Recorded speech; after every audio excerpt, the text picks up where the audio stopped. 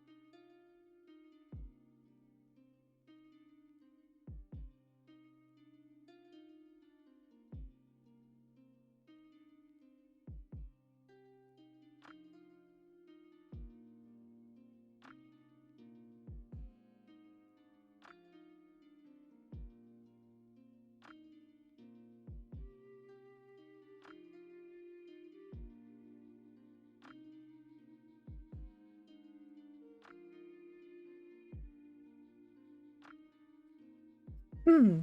Hello. Good morning. Good afternoon. Good evening. Good. How the heck are you still awake? My name is Zachary, and I am your friendly waypoint in the Vale. With a rare weekday morning stream, because it's a American holiday, National American holiday today, and my new job gives me the day off on today, which is great because now it means I could sit here and kind of roll some dice. Not too much dice, but I get to draw some cards. And I just treated myself to a new playing card deck, and I love it. And I threw my dice camera on for this game.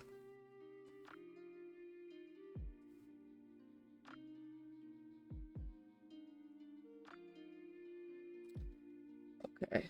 I am still eating my breakfast though, so it'll be just a moment before we start. I'm just gonna have a bit of chill, a chill morning.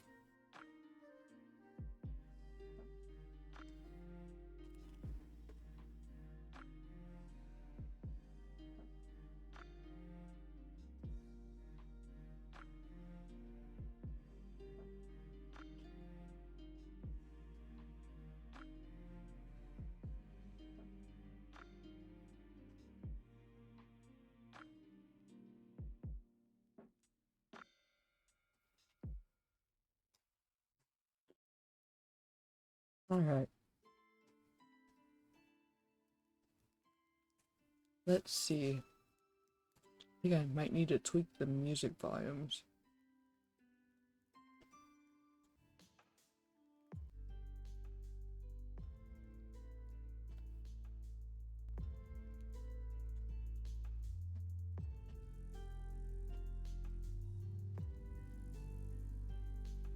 Okay, that seems a bit better.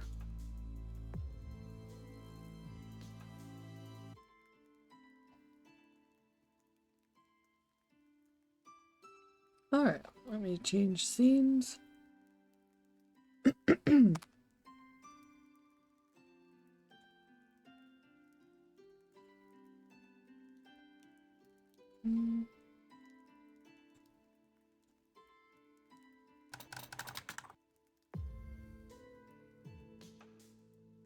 Okay. Well, I guess I don't need these open.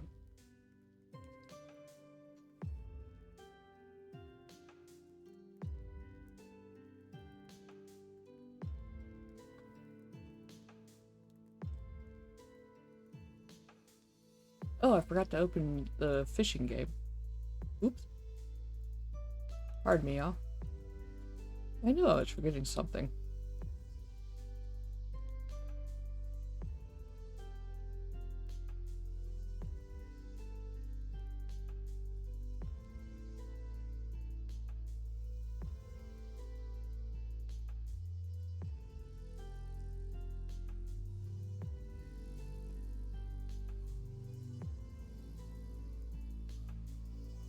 Okay.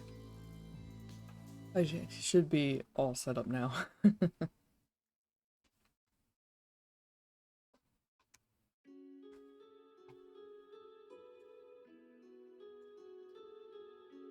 Okay, so in the first session, well, first, quick overview. So this is Eyes on the Prize. Oh, I should get the link too while I'm at it. But this is Eyes on the Prize, which is a duet game. However, I am playing it solo because I wanted to see if I could.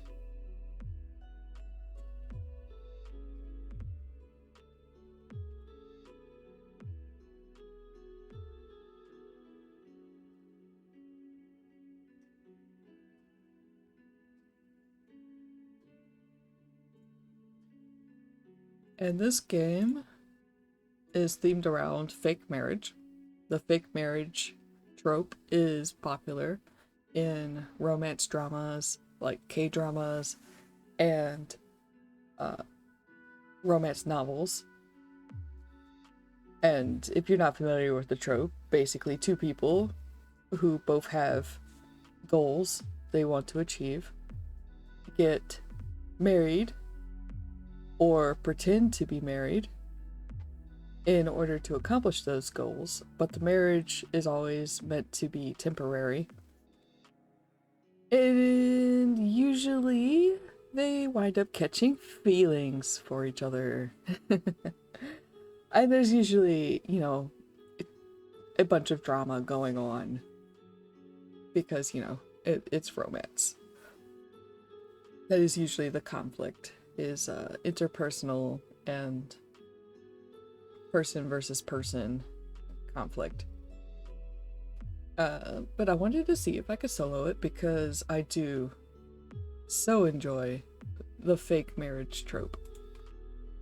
But Chiki, who I usually like beg to play games with me, is not a fan of fake marriage trope, which is valid, you know. It's not for everybody.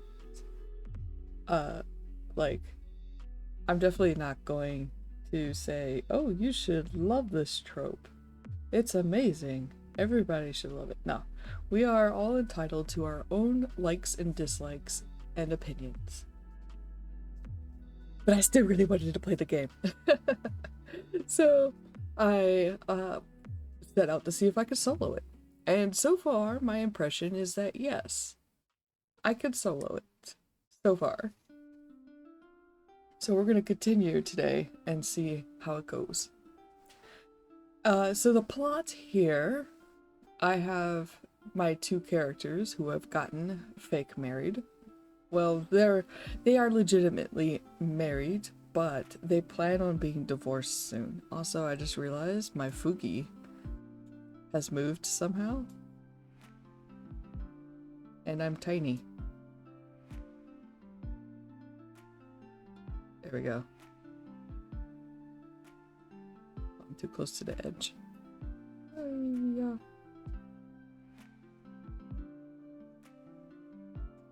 There we go. I feel large and in charge today. Okay.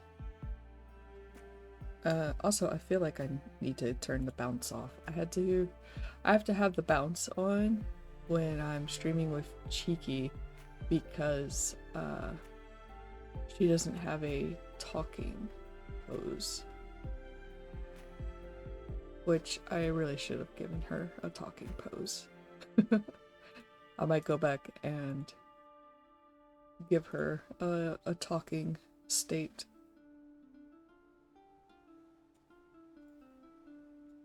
Okay, there we go. Now I'm not going to be like jittering on the corner of the screen. Okay, so yes, so the plot. We have two characters. We have Tabitha Charez, who is the daughter of an archduchess. She uses she, her pronouns. She's 36. And she's half human, half badger folk. She is very fashionable and up to date on all the current trends, wears beautiful dresses and gowns for all occasions. She's on the short side with large curves and an ample chest. She has long hair past her waist and often wears it in elaborate hairstyles with accessories. Her hair, ears, tail, and fur patches are black and white. Her personality is on the introverted side, generally has a calm and reflective demeanor, but has become withdrawn over the last few years. She's had 3 significant partners in her youth, but each relationship ended painfully until she gave up love altogether. She currently works a clerical position in the capital's government offices, since she's unmarried and needs to be productive. She loves music, currently has a fear of people, and her goal is to bring honor to the family, because that is her duty as a daughter of the Archduchess. Now, she is not the only daughter, so she may not be considered the current heir apparent for the family. However, the Archduchess also happens to be a sibling of the monarch in this setting, so she still has that pressure of, you know, needing to be a productive member of the royal society and nobility.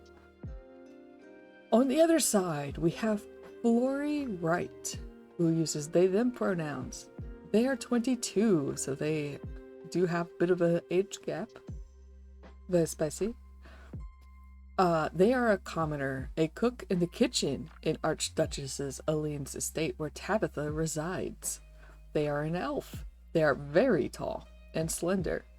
Short blonde hair, green eyes, and dresses in masculine attire. Flory is a cheerful person that seems content with their current position in life. Career-minded, works hard, and is well liked in the kitchen. They are passionate about food. However, they experienced something in their past that left them feeling helpless because they had no control over it. They never want to feel that way again.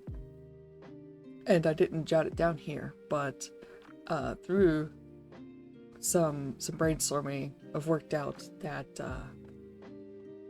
Tabitha or Flory, in their childhood, their parents had encountered some very, very bad dealings with debt collectors, and as a child, Flory felt powerless to stop them or like help their parents. So I hear Cheeky in the other room, and I'm like, this is the first time we're streaming together, like, or like at the same time, but not together. It feels very weird.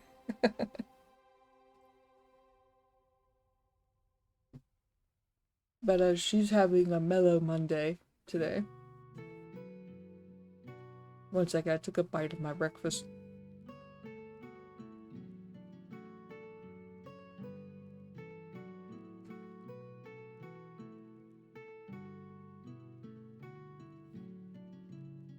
So yeah, Flory wants to work their way up to becoming the head cook or chef of a kitchen in an estate. So they're pretty good content because they get to work in a kitchen They're passionate about food.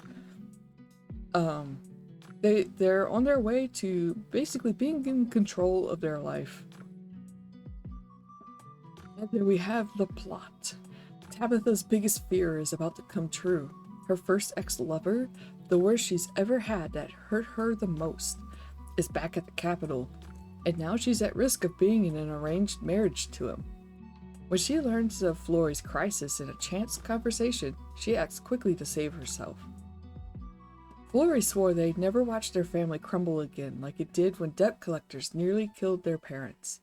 They've worked hard to earn their place in the Archduchess's kitchen, and are on their way to securing a stable career and income for life. But when debtors come knocking again, Florrie panics. Afraid of losing everything, they express their plight to Tabitha. A plea for a blessing results in a quick marriage, and now the two must fake their love for each other until it's socially acceptable to divorce. Their problems may be solved for now, but can they make it to divorce, or will they actually fall for each other for real? And for this game, you have 3 counters. One for affection, plot, and suspicion. If either of these hit 10, it'll be game over. If affection hits 10, then they have caught feelings for real. And then it's effectively a game over because the fake marriage is no longer fake. It's now legitimate. But that doesn't necessarily mean that the character's goals have been accomplished. Plot is representing the character's goals. So if it hits 10, they've accomplished their goals, and the marriage is no longer needed. They can go their separate ways. And then suspicion, if that hits 10, then the characters have been found out, and consequences will probably be wrought upon the two. Alright, so in session 1, my first card was a marital trial, so right off the bat I had one of the harder prompts, or prompts that would affect this more. And I could just go ahead and read through these. And because this is a duet game, normally there's, one player playing a character and then the other person is playing another character, and you take turn drawing cards, like I got over here. Which, by the way, mine are shiny, look at that. They were only like $8. I'm so happy. It's the bicycle prismatic deck. So yeah, you take turns drawing cards and then doing the prompts that they relate. And in romances, it's pretty common to have alternating point of views for the lead characters. So you'll have, character A and then character B, and the chapters alternate between their POVs. So I feel like this is pretty, like, it makes playing this game solo pretty easy so far. So I started off with Tabitha's POV and did a marital trial. That is a bug, and it better not be on the inside of my window. I just saw its shadow crawling up the window through the blinds, and I really hope that was on the outside of my window. Please be on the outside of my window. I do not want to have to deal with a large ant-like creature later. Okay. The stares of everyone in the room made Tabitha want to hurl, even though they were directed at Florrie, not her. But it was her fault they were staring. She was the one that kept talking about Florrie's singing, how it made her fall in love with them. As Flory unsuccessfully tried to dodge and weave out of the situation, Tabitha couldn't help but wonder if Flory hated her. She wasn't sure what made her feel more nauseous, the idea of Flory hating her, or the idea of Flory deciding this charade wasn't worth the humiliation they were about to experience. Side note, should have mentioned this before, but right now their ruse is that they got a plea. They gave a plea to the Archduchess to allow their very quick marriage, and Tabitha is marrying a commoner. So it was a very big deal for her to quickly marry this person. But her mother, the Archduchess, is a lover. She's had many spouses. Oh, I gotta clear my throat again, one moment. She's had many spouses, like she's had 10. The lady loves to love. And so the only way that they were going to get this marriage with a commoner going was if they were madly in love with each other. And one of the things that they lied about is that Tabitha heard Flory singing in the kitchens and immediately fell in love. But the problem is that Flory cannot sing. But Tabitha is known to love music, so it kind of tracked. So that's what's happening here.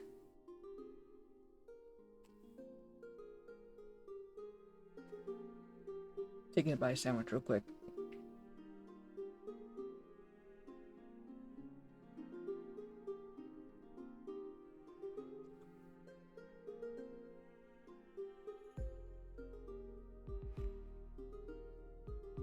It's a really good sandwich.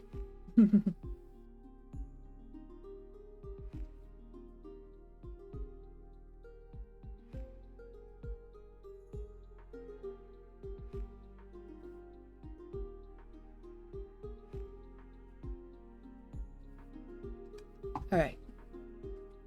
So yeah, I should have explained too that the marital trial I drew, the partner had to, one of the two characters had to perform, or both had to perform together. And I was like, oh, that's spicy, because I rolled the dice and it was Flory that had to perform. So that's what's happening here. My bad. I should have said that before. So Flory finally set their glass of wine down, cleared their throat, and began to sing. It was a well-known song, but one that children sang during springtime festivals. Needless to say, it wasn't very impressive, and Flory's voice made it even less so. There were titters and giggles all around, barely whispered remarks of how Tabitha's ears must have been plugged with wax that day, or guesses that perhaps everyone had made Flory too nervous to sing well. Tabitha's face burned as she tried to hide her face behind her small hand fan, but the attempt was futile. Not when her and Flory's marriage was the hottest new event in the city. "Sorry, love," Flory said when they approached her. "I was a bit nervous with everyone watching. I'm afraid I couldn't sing my best for you." Tabitha schooled her face into an expression of sympathy and caring, though in reality she was surprised. Was Flory not angry with her? And they were even playing into the lie as if they didn't almost give away the ruse. "That's all right," she blurted before she could help herself. "I loved it. I love anything you sing, no matter how you sing it." Flory's cheeks actually turned pink as the crowd around them murmured and cooed. The charade remained intact, but that was a close one. They would need to talk later about how to handle singing requests, but for now, Tabitha breathed a sigh of relief behind her fan and accepted Flory's arm. And that had resulted into suspicion, and I think I gave an affection point. I'm not sure. I can't quite remember. Alright. Flory had just a normal prompt, and it did not have any stat changes. But it was related to... I can't quite remember. I think it was work related. And right now, because Flory originally worked in the kitchens, and their goal hasn't changed. And if they were to divorce, that would cause like a bit of a scandal or something. Which is why they're going to wait a couple of years before it's socially acceptable to divorce. That way, they can minimize the amount of scandal, and Flory will be able to get work again after the divorce. Because, too much of a scandal, no one's going to want to hire them for a kitchen. So they wanted to make sure that Tabitha would still be able to, make a living after all of this is over. And so their ruse right now is that they're going to open a restaurant together, and therefore they're paying for tutors and master chefs to come in and teach Flory like the higher crafts of cooking and stuff like that. So this prompt was in Flory's POV. Married life was taking some time for Flory to adjust to, but not because of the new close proximity to another person that they were pretending to be madly in love with. Tabitha didn't go out much these days. She went to work at the government buildings 3 times a week and then came home, only attending social gatherings where it would be seen as extremely rude to not attend without good reason, or went to a performance at one of the several concert halls. Flory was used to being out and about on their free days. They worked way more than Tabitha, but it didn't stop them from visiting cafes with friends, seeing a play by some buskers, or going for walks to various nature spots in the city. At first, Flory was bored, especially since they were no longer working in the kitchens every day. But after a while, they realized something. They felt more rested, more energetic, and not being in the kitchen every day made them appreciate their time with the tutors much more. They were able to focus on the lessons more, and Flory had to admit that their cooking skills were advancing more rapidly than they would have simply working in the kitchens. Flory was beginning to feel grateful for the way the married life was slowing things down. Maybe it wasn't so bad after all. There was a downside, though.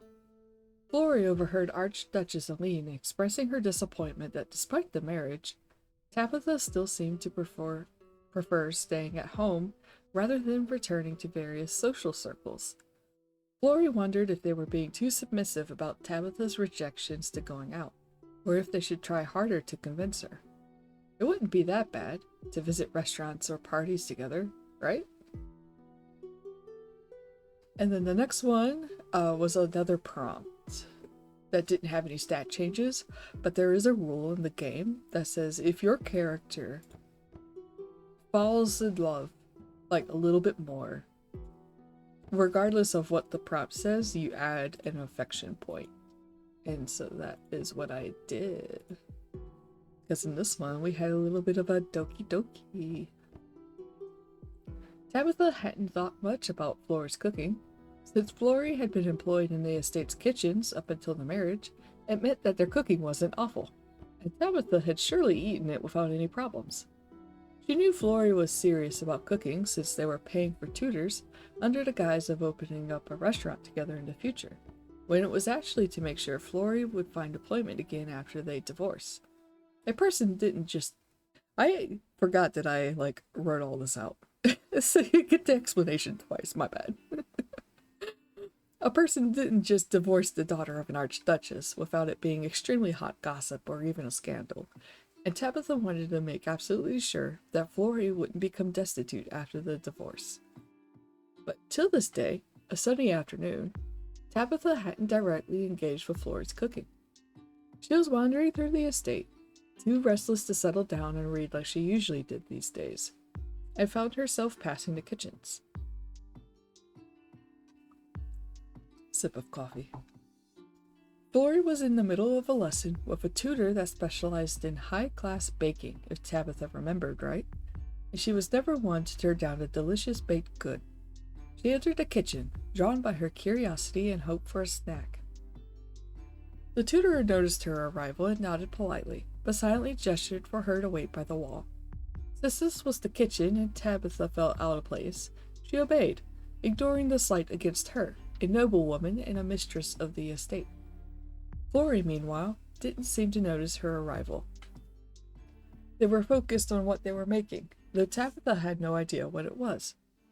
It seemed to require great care and a large amount of whisking, and then a sudden banging of a sheet pan, and some anxious mutterings while the tutor offered quiet encouragement. Then there was some careful watching of the oven, until finally a huge sigh of relief was shared between both Florrie and the tutor as Florrie pulled the pan of round discs out. After some quick assembly, the pan was covered in colorful little sandwich-like cookies. The tutor popped one in her mouth and gave an appreciative nod. Florrie positively beamed, their face glowing in a way that Tabitha had never seen before. While the cookies looked delicious and Tabitha itched to try one, she took advantage of no one paying her any attention and slipped back out of the kitchen. She didn't want to disturb Florrie's victory in their studies, and she also needed a distraction from the memory of Florrie's wide smile. And yeah, I was like, ooh, that's a good Doki Doki moment, I think. So I added an affection point. Alright, I'm going to take a bite of sandwich, and then we're going to start in on session 2.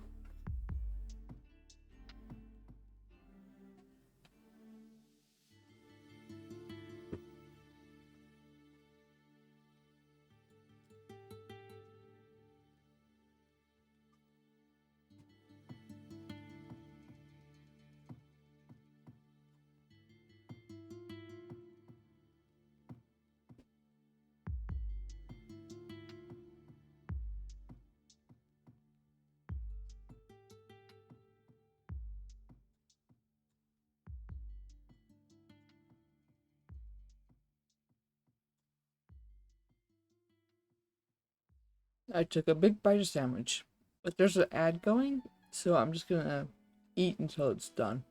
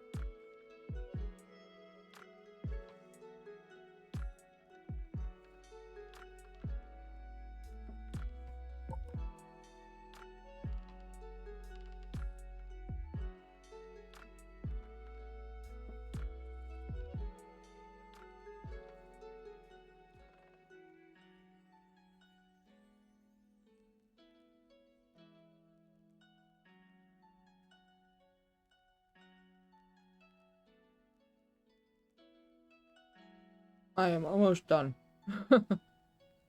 Thank you for your patience.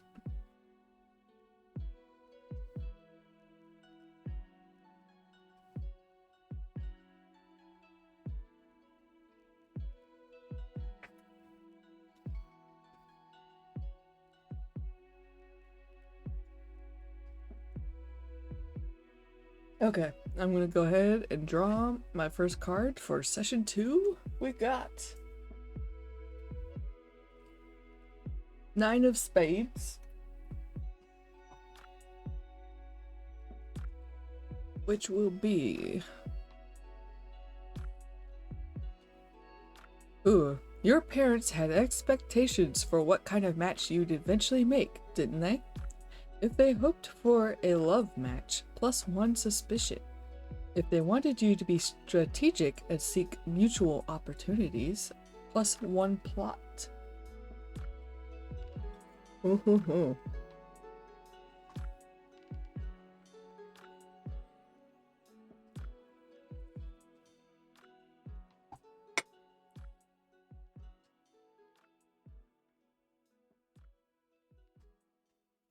Okay, so this one would be in Flory's POV.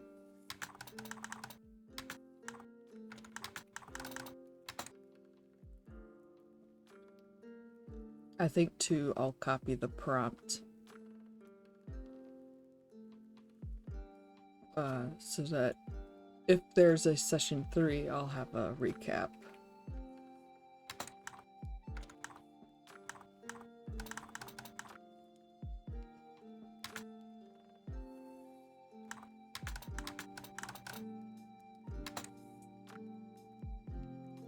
There we go.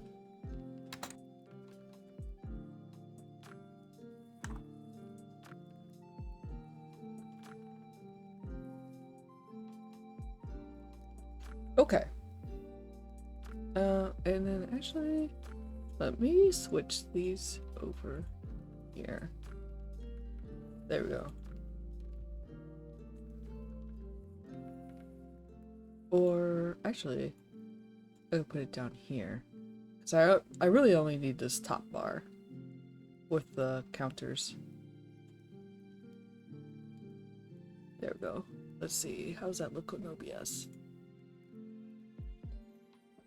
Yeah, that looks pretty good. I love Obsidian. Like I put a note over here for what happens if you were to hit like negative plot. You would just add affection instead, which is actually pretty clever. And then yeah, I have tiled windows like this. Got my sidebar that's collapsible. It's great, especially for like solo play.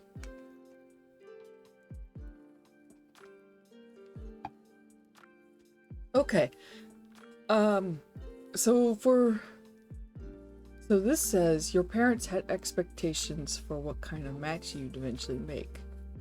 Now we know that Tabitha's mother, who's currently not married, by the way, her last husband is deceased, and Tabitha herself is like 77 or something like that. She's pretty old. So she's finally calmed down. No more spouses. We know that Tabitha's mother thinks that this is a match out of love, and that is how they secured the marriage really quickly. However, what about Flory's parents? Because Flory's parents are they're still alive, and this is also going to be in Flory's POV, so this would be about their parents, not Tabitha's mother. How do they feel? Would they want a love match, or would they want it to be strategic? From a game mechanics standpoint, you're essentially just choosing which counter you want to tick. Like which token do you want to add? Narratively, this, you know, it's basically kind of flavor, really.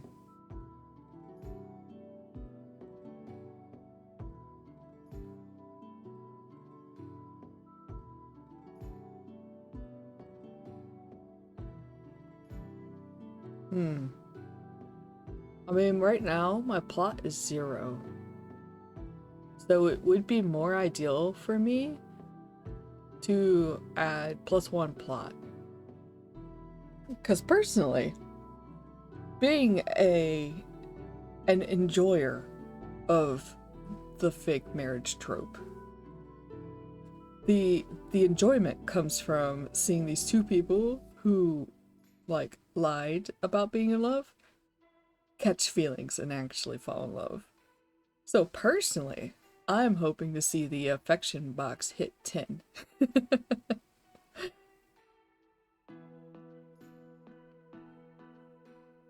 My characters want plot to hit 10. And then society would love to see suspicion hit 10 because they get to enjoy all of the drama and scandals and gossip around it.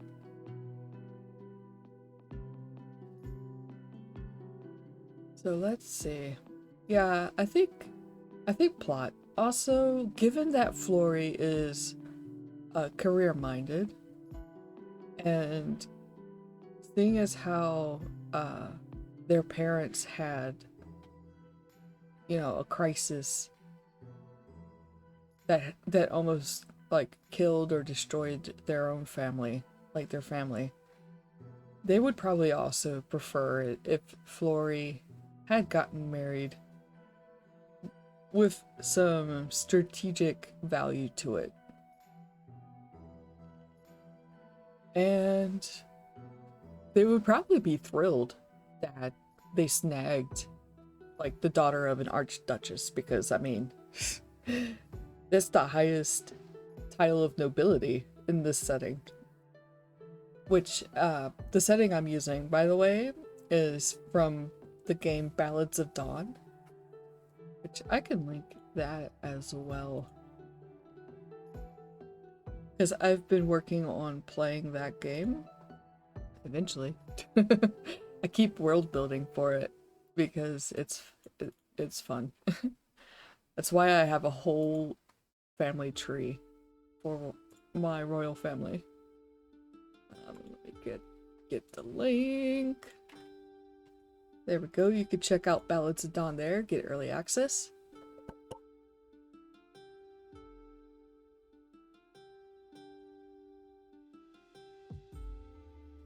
Whew, I just sneezed. My brain's out. Holy cow. Where did that come from? Okay, so yeah, you can check out Ballads of Dawn. What was I saying? Ah, yes, highest title of nobility. So, I feel like, yeah, like, while they would love to see Flory, like, in a love match, they would have wanted them to marry strategically so that they don't repeat the parents' mistakes. I'm not going to say that the parents hate each other for like the crisis that they landed themselves in, because I haven't worked out a lot of details around that. I'm probably just gonna say that they're still together and stuff. They've made it through together, but whether or not they love each other, I don't know. We'll just kind of leave that up in the air. But I mean, Flory got married to high-ranking nobility, wealthy, and now they're getting tutored so that they can open a restaurant, make their own business, which that's even better than working in the kitchen for nobility. So as far as they're concerned, this is fantastic.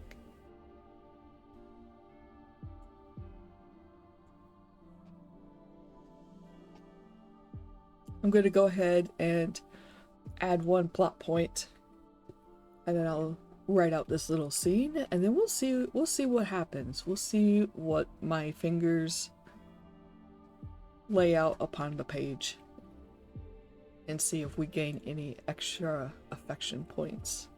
Because so far, the affection has been coming from Tabitha. So we'll see if Flory starts catching feelings.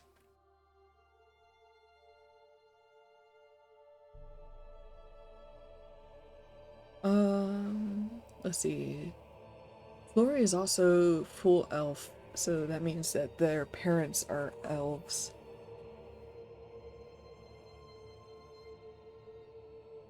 But what What kind of parents do they have? What is the gender of their parents? Masculine.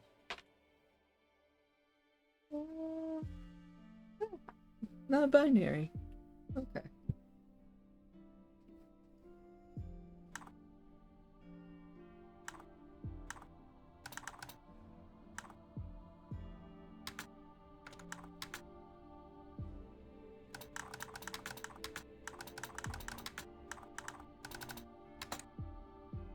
Did I get my code right? Okay, cool. I did.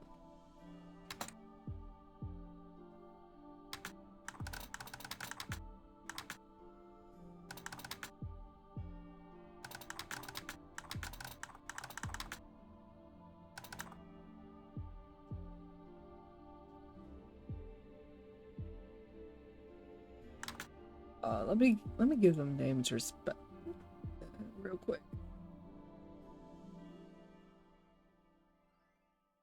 Just because one of the parents is non-binary, so I think we'll just refer to them by name rather than like mother or father. I can't remember. Wait, what? What did I use? Was it? We'll go with Edwardian. Percival. I like that.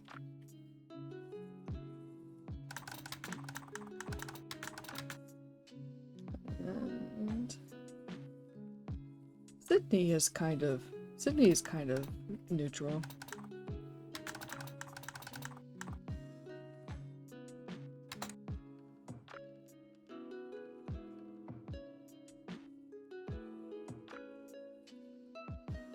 I had to clean my glasses real quick. There is some dust on them that was really distracting. Okay. So the parents consist of a male elf named Percival and a non-binary elf named Sydney. Let's see, which one is the birthing parent? I'm just gonna flip a coin real quick. Heads it'll be Percival, tails it'll be Sydney. Sydney is the birthing parent.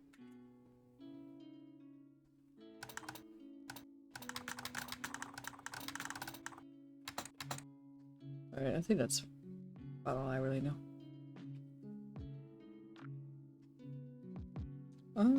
Let's see. We'll say that they came to visit.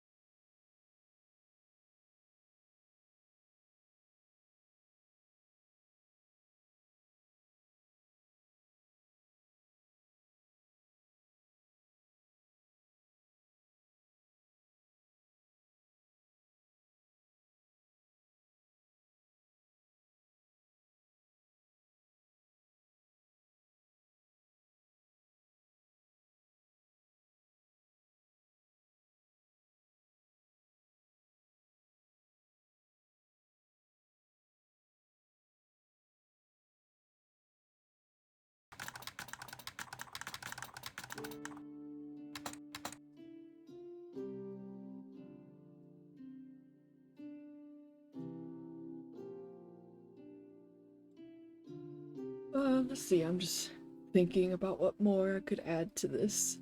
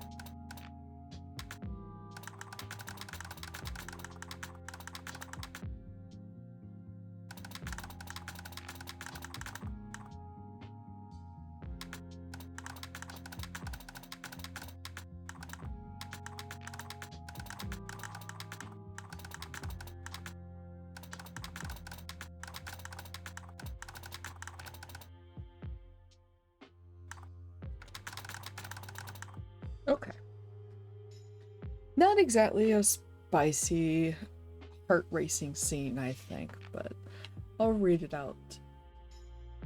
Alright, so Florrie's parents came to visit one day, and much to Florrie's delight. They had been thrilled to learn of Florrie's quick but advantageous marriage to the daughter of an archduchess. While they would have been happy for Florrie to marry for love on its own, their own hardships had put them in favor of a marriage with stability, financially and emotionally. Between Florrie's plans for a restaurant in the future and their adoring love for Tabitha, Florrie's parents were as content as could be regarding the marriage. Florrie couldn't help feeling relaxed and relieved. They loved their parents, and it was nice to shed the tight restriction of their lives for a short time. As for Tabitha, Florrie watched her talk to Sydney. Despite the large difference in status, Tabitha seemed to genuinely engage with them on the topic of history, of all things. Florrie wasn't sure how she caught on to Sydney's favorite subject, a curious one to have as a commoner who could barely afford books, let alone read them. But Tabitha had successfully ignited a passionate conversation about some figure from centuries ago. And again, Tabitha does read a lot of books herself. Florrie had assumed she read novels and fiction, or poetry since that's how they pretended they fell in love with her, that she had written a poem and left it lying around, and Florrie, after finding and reading it, was immediately smitten by the poet. But Florrie wasn't much of a reader, and thought poetry was difficult to digest. Fortunately, no one had yet to ask them to recount any of Tabitha's works, since they weren't sure they could even read them, and Tabitha had admitted early on that she could barely rhyme 2 words together. But as Tabitha and Sydney switched topics to some other drama from the past, Florrie decided they had made too many assumptions about Tabitha. She was obviously more well-read than they thought, and they worked in a clerical office, so surely she was also intelligent. Maybe Florrie should take more time to speak with her, to really get to know her.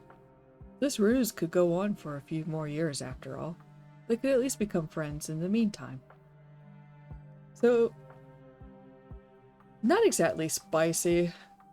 I wouldn't really say it's a doki doki moment. So I don't think I'm gonna add any affection points. But it does sort of further steer Florrie towards maybe Tabitha and I should go out more, do things together more, get to know each other.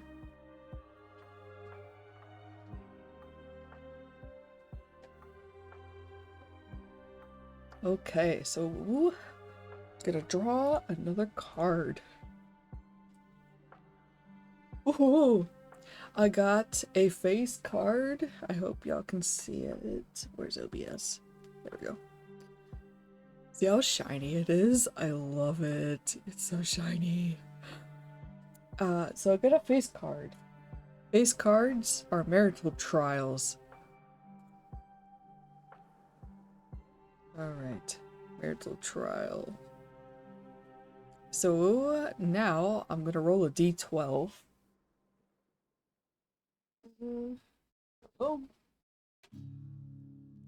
I got a 12. Oh boy. I rolled the max number. What do we get? If you can't say anything nice, oh dear. The rumor mill is churning and your ass is flour.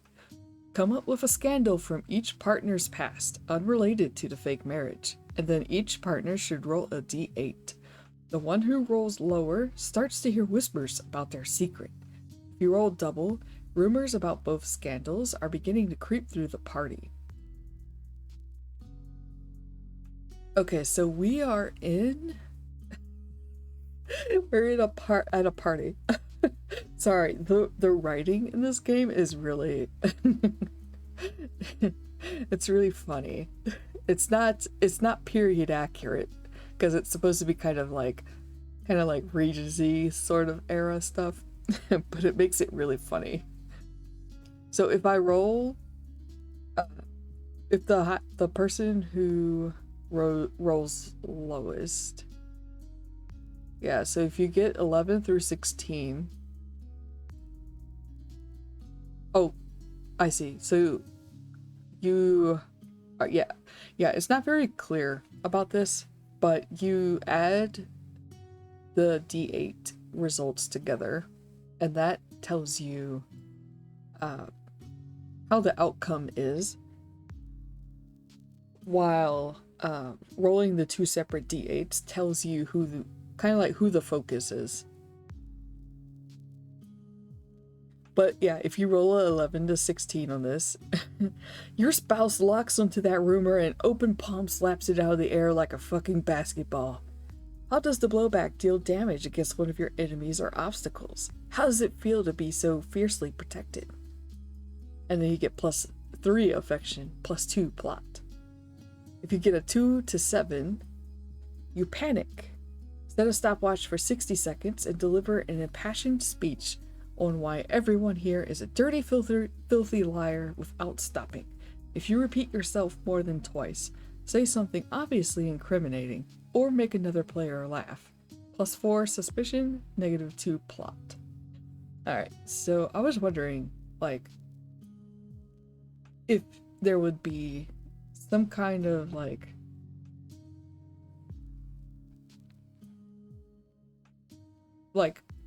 rules adjudication, like enforcing of some kind of rule or something. It's like, we're pretending the whole point is that you're faking a marriage, but there's no one, because it's a duet game and you're both members of the marriage, like, who are you lying to, you know, like in your vocal role play.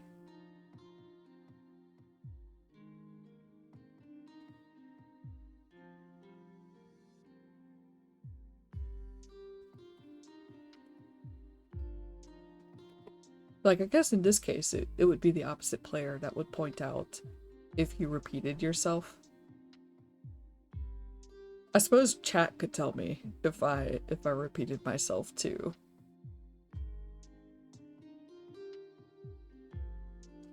Oh, and then if you roll a 8 to 10, you simply will not stoop as low as acknowledging such vulgar sentiments, whether they're true or not. What new conversation topic do you set alight in an attempt to distract from the gossip? Then you get -2 suspicion, and then +2 plot. Okay. So, obviously I don't want the second one with the stopwatch. Okay, I'm just gonna stretch my back a little. So first I need to roll 2d8. Oh,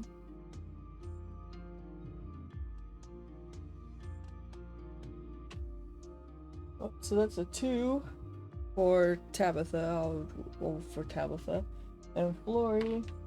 Oh, Flory gets a 1. Oh dear. Oh no, guess what? I rolled. That's a combination of 3.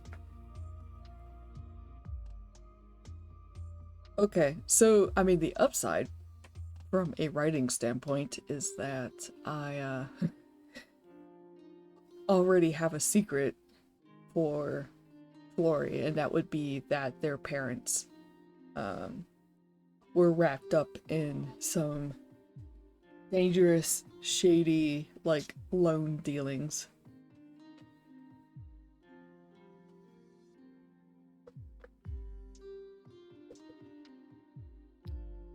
Maybe they had to briefly sell their bodies in, like, hard labor or something. Or had to be, like,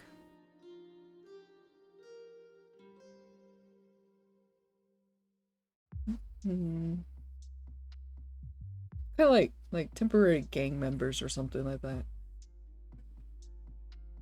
where they were the ones having to do shakedowns and collect on debts, otherwise they would be, like, killed themselves or something like that. This is a marital trial. Tabitha again. Alright, this does get very dangerous though. Because like this is gonna add +4 suspicion. Oh, this is if I repeat myself more than twice, say something obviously incriminating, or make another player laugh. Okay, so I have 60 seconds. I'm not... So I think I'll just have to type. I think I'll do non-stop typing. And I need to... Let's see, how can I spin this? Also, let me get the timer.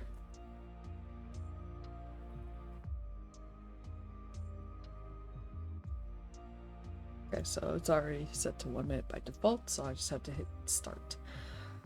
Let's see. So type straight for 1 minute. So if I wind up pausing, then that would count against me, I think.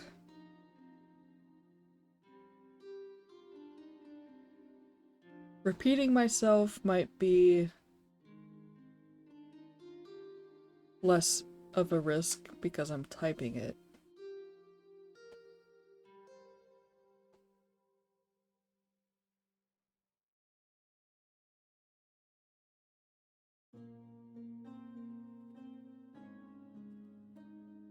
Okay, so yeah, let me set up the scene, and then I'll like have Tabitha go on a tirade. Let's see.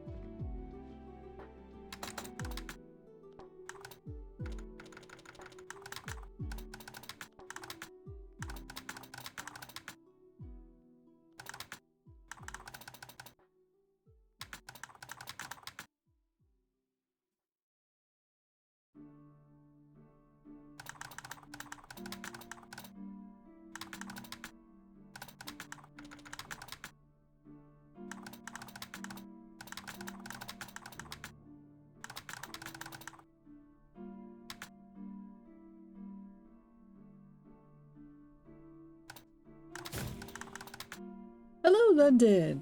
Welcome in. Look at that, 30 worlds. I was just writing up a lead-in to this marital trial, which is going to lead into a 60-second tirade that I have to time myself, and I've decided that I'll have to type nonstop. If I pause, then I'll say that would be my failure.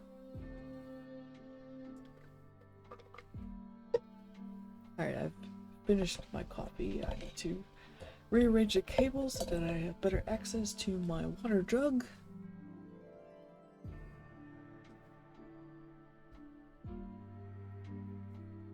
We have not had any stat changes yet in this session. I had a little bit of a scene with Florrie's parents. It didn't yield any stat changes there. But now I've drawn a marital trial, so there might be one if I fail. It'll be a big one.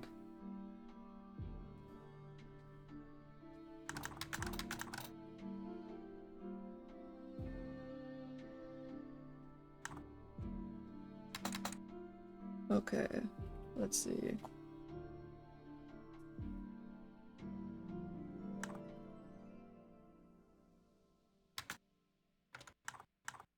I think I'll just put this as a note.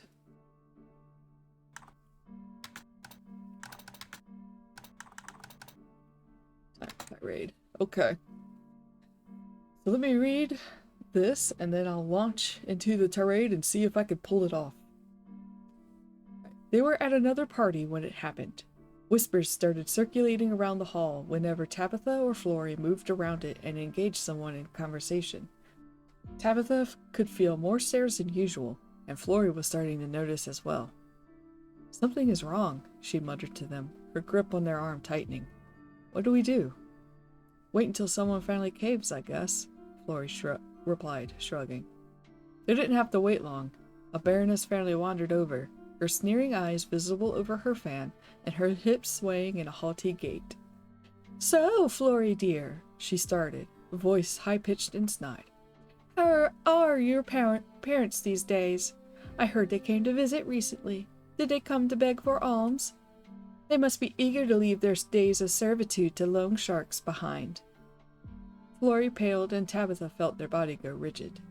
She knew a little of Florrie's parents' struggles.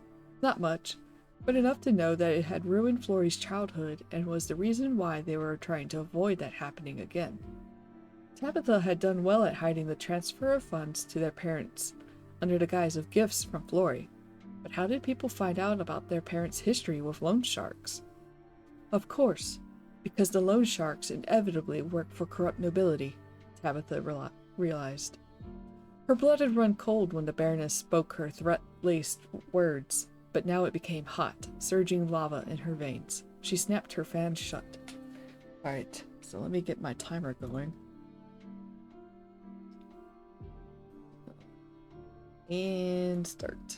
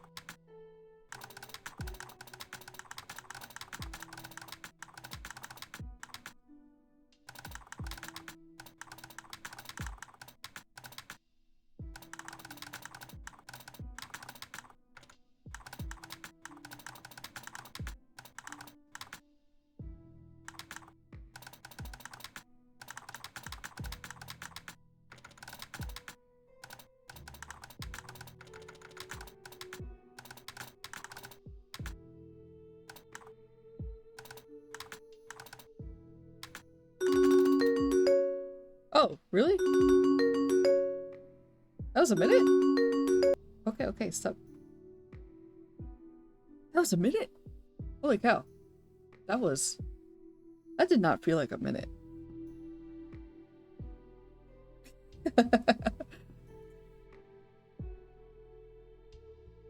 I feel like I didn't really. The streak resumes. Yay, 7. Oh, I don't know. I don't even know if I like what I wrote. Hmm.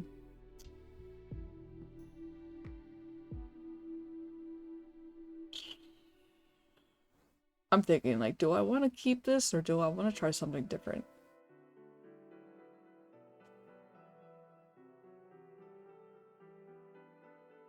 This might be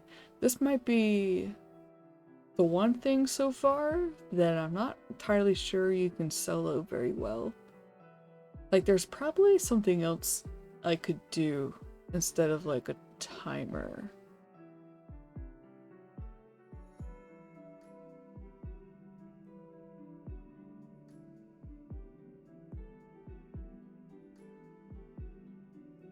I don't even really like what I wrote.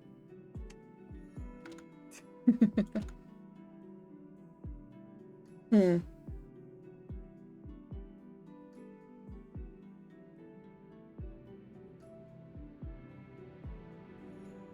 I'm thinking. Pardon me as I think and thunk. Let's see.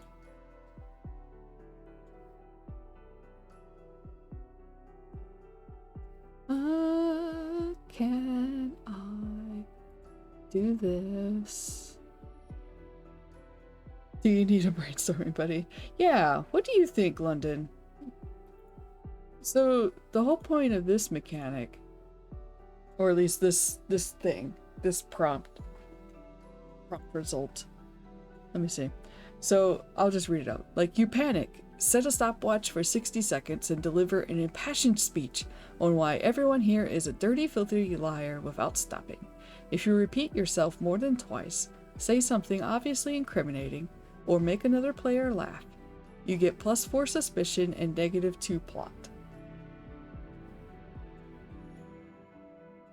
And so I tried to time myself and do like a typed tirade kind of thing, but I don't know, that felt so short and I didn't really write anything good.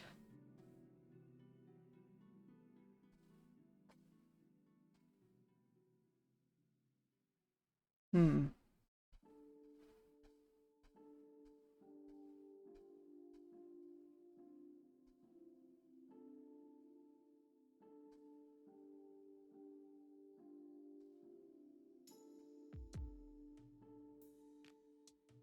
Thinking.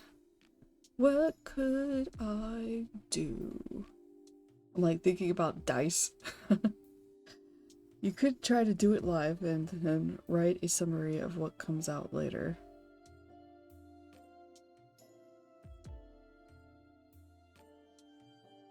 What, like verbally? Like actually do it verbally?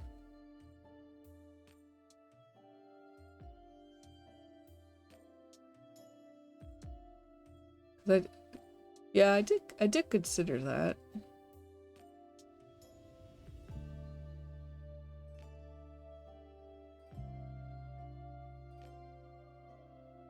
A minute is actually not that long either. Like, that was really quick. It felt like. Hmm.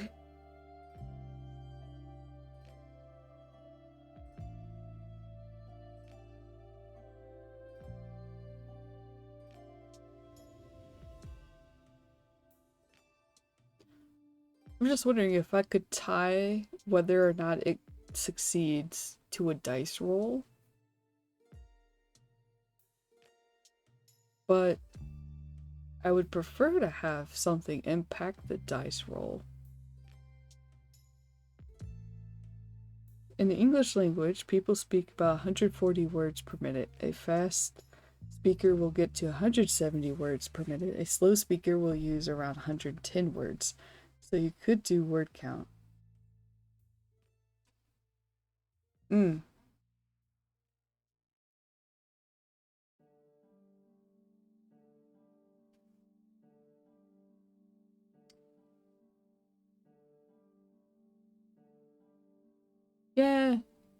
Yeah, I don't know.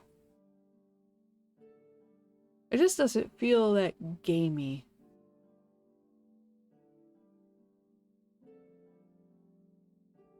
Because part of it also depends on, like, another person responding to what you're saying. But I'm playing solo, so there is no other person. I mean, obviously there's chat, but if someone was watching these VODs and wanted to try to solo it themselves, like, what would they do? What could they do if, you know, they don't have a chat? Because they're not streaming it.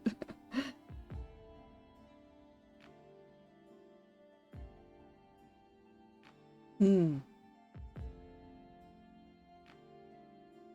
Yeah, some things might just not translate. Yeah.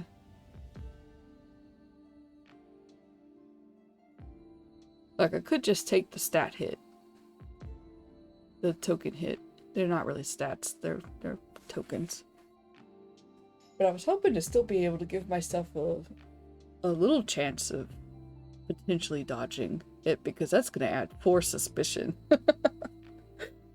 That's gonna bring me up to 6. I'm gonna be in hot water. Was it -2 plot? Yeah. Oh, but if I get negative plot, that would add a point of affection, so, like, that would bring me to 3 affection, but it's still 6 suspicion. Hmm. I heard a cat. There's a cat.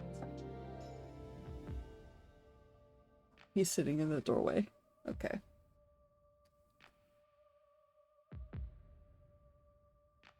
Hmm.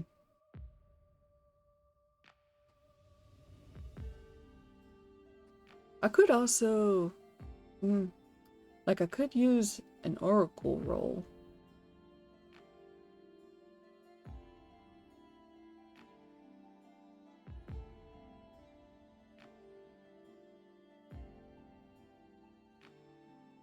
Okay. Alright, hold on. So, word count.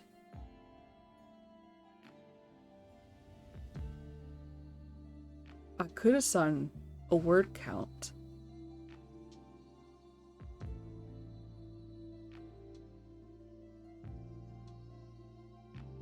Although that would also, like, vary based on people's, like, typing speeds. Because, like, I type fast. I average a 95 words per minute. But the average is, like, 60, 65. So that's... that would be challenging for some people. But what was... Shoot, I had something. Oh yeah, because the idea was perhaps there's a word count, and if you can hit that within the time limit, then perhaps that could influence an oracle roll where you're doing like a likely, unlikely type thing. So like if you hit it, you could hit likely, and if you don't hit it, you hit unlikely. Yeah, I'm gonna actually step away because there's an ad happening right now, and I'm gonna go feed Aiko, and I will come back and move on with a solution of some kind. So, BRB.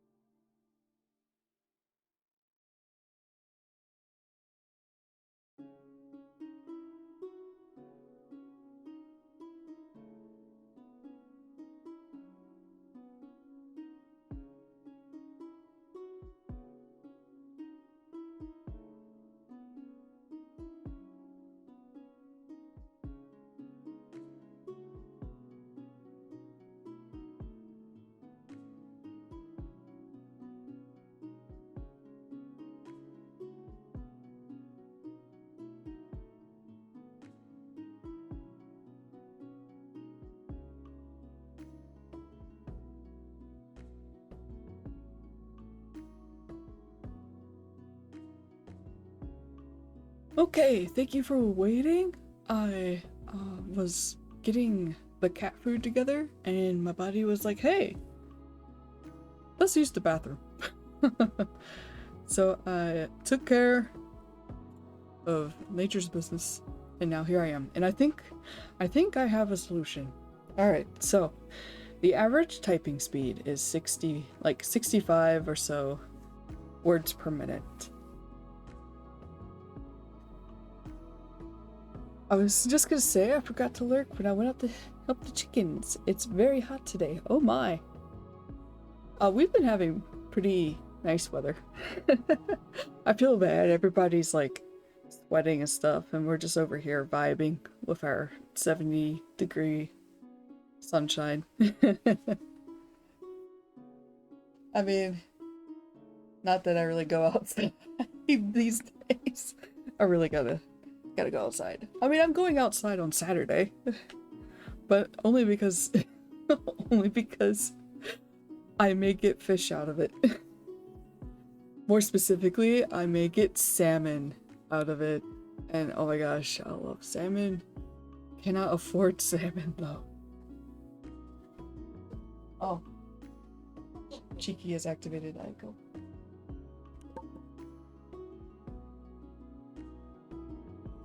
Okay. Sorry. Cheeky just came out of her room and it activated the old man. And so I had to quickly convey that I have fed him just now. So that she doesn't dump his food. Okay. What was I saying? Oh yes, okay, so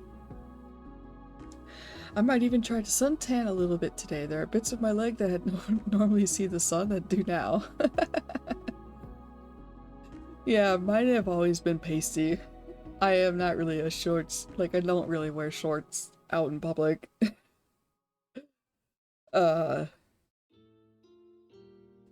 Yeah, for various, well, not various reasons, but for a primary reason. But that's neither here nor there. Let's see. Yes, so okay, all right. So average typing speed is generally around 65 or so words per minute. So I'm thinking, rather than 60 seconds, could do a 2-minute timer and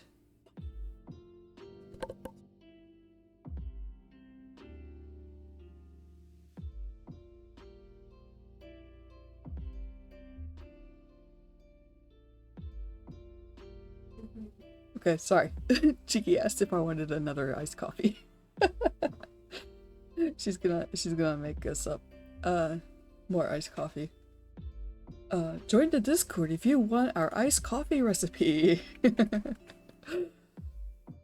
Okay, alright, back on track. Come on, me. Keep it together. Okay, average typing speed, around 65 words. How about a 2-minute timer? And the average speed then would be like about 120 words. But we could make it lower than that, 100 words, to kind of hit the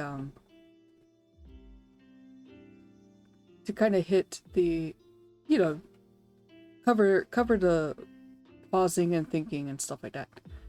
And if you hit 100 words, you get you can change an oracle roll from being 50-50 to likely for succeeding. And if you don't hit it, you get unlikely. And then as a verbal alternative, in the event that somebody has a hard time, typing under pressure, you could do a verbal version of this. Like maybe you could record yourself or just kind of go off of vibes. If you talk for 2 minutes or even just the 60 seconds, you can kind of judge yourself. Like, how often did you get stuck? How often did you pause? Like, it'll take some personal judgment, which would allow for some bias. But I think you would be able to be like, oh, I kind of stuttered and got stuck. Like, you should be able to honestly tell yourself that, no, I kind of got hung up in the middle there and didn't succeed on going off for the full timer amount. And you can use that to bump your oracle roll to an unlikely, and, you know, pick likely if you felt like you really went off for a good, strong couple of minutes.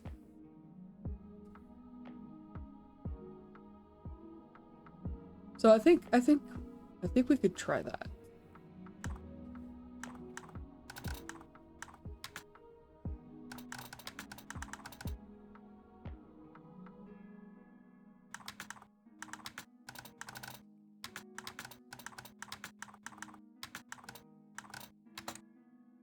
Let's see. And does this count words if I select? Oh, it does. Cool. Obsidian will count the words if you select them. So, because it does have a word count. Excuse me. Okay, now let me get my timer. Change that to 2 minutes.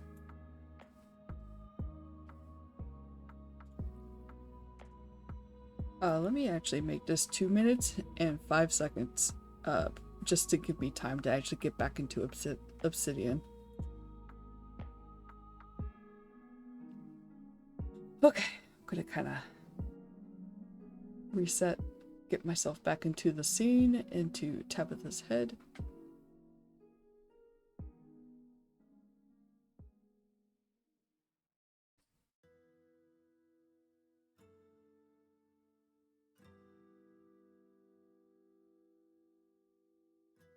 Uh-oh. Why am I suddenly connecting back to chat? Okay. That was weird. Did I just have a hiccup? Hello? Twitch? Twitch, you good? Okay. That was odd. Don't know why I suddenly had to reconnect to my own chat. Okay. Alright, okay. And go.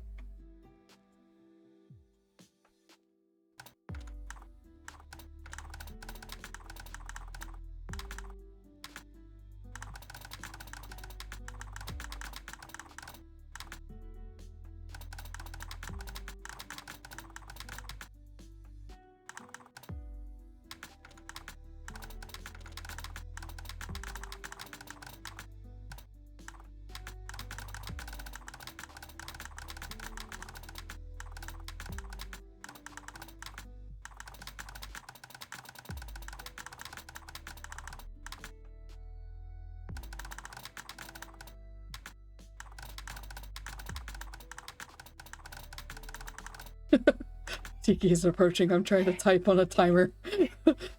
Here she comes. Oh dear. Oh my gosh, I have coffee. Otherwise I doubt you would.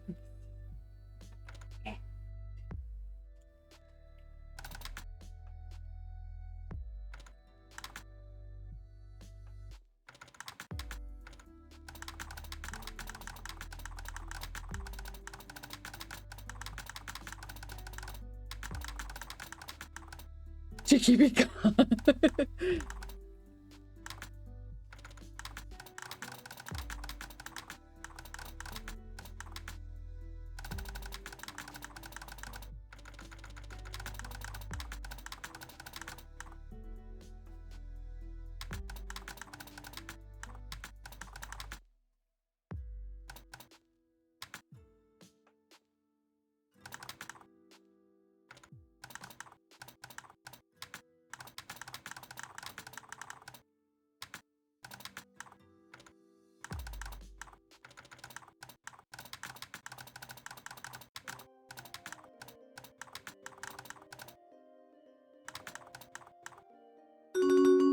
I finished just in time. Sweet.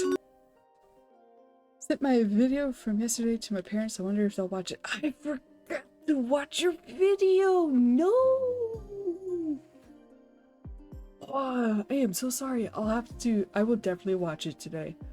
I'm only gonna be streaming until maybe about the afternoon, like mid-afternoon, because I'm going to start working on a new commission. I will boot that up. Yesterday evening turned out to be a little bit messier than I anticipated. The family outing did go well, which is great. It took longer than I expected though, and what? Stop what? I wanna watch your video. I wanna support you and throw all the love your way.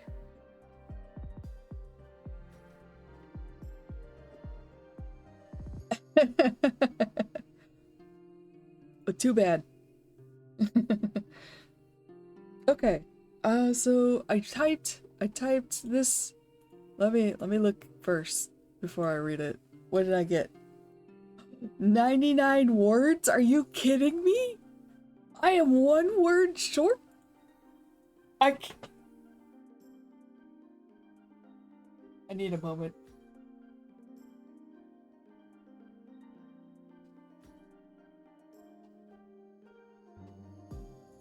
Okay, so I do think 100 words might actually be a little difficult. We'll close down the stream. We tried.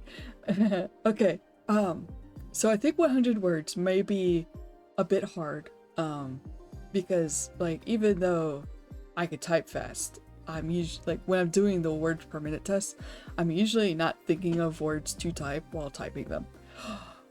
Oh my gosh, I think little man ate some of Aiko's food. He is licking his lips. God damn it. My son. Hey, come here. Come in. Piggy. Here, Piggy. Yeah, you're a little piggy. 1 second, he's down the hallway and I need him to like leave Aiko's food alone.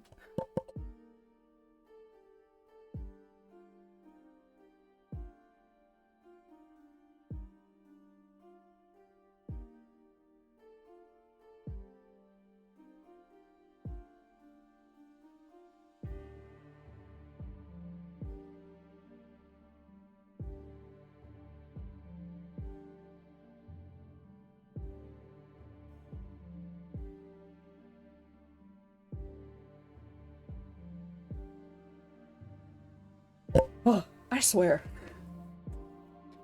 He was nowhere in sight. I think he might have come out when Cheeky went out there, because he wanted to see what she was up to, and then saw that Aiko had gotten fed, and then muscled his way over and ate his food. These boys.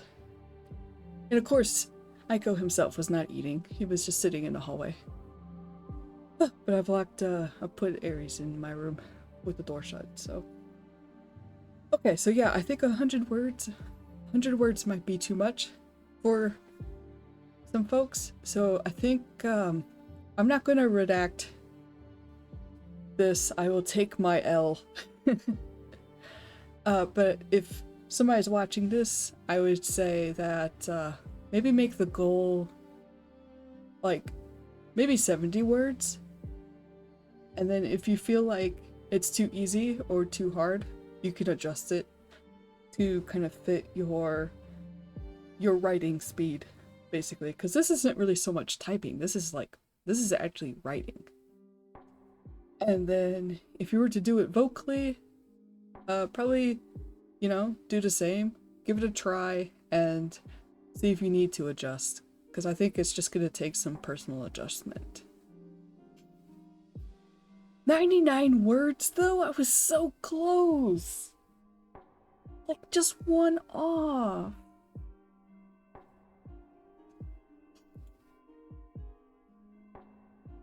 Let me read it out loud. We'll go from there. Because I felt like I did a pretty strong rebuttal. Alright. So, Baroness Felicity, I cannot believe what I am hearing. Usually you are a source of fact, but now all I hear are lies. Or is there something you'd like to say about your own hobbies? Have you been consulting with loan sharks? Otherwise, I doubt you would not know their... I doubt you would... Okay, so that was... I had gotten tripped up here.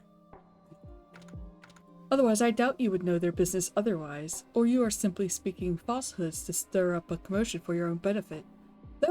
That wouldn't be very becoming of someone of your standing, now would it? Or should I speak to the managers at the clerk's office to instigate an investigation into your finances,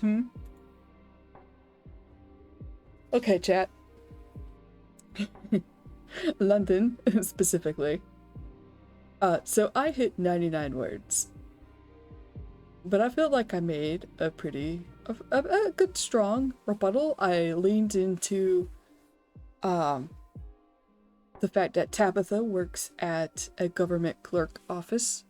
So she does have ties to people who could investigate sources of finances. And a baroness is much lower in standing compared to the daughter of an archduchess. So she could kind of pool rank, more or less. And yeah, I had this character realization that, you know, like, oh, loan sharks probably work for corrupt nobility. So, you know, if she has information from, you know, about loan shark stuff, then how does she get it? Oops, I spilled some of my coffee. Oh no. So what do y'all think? Do you think I should call it a win? Or do you think I should call it a loss because I failed to hit my pre-established goal?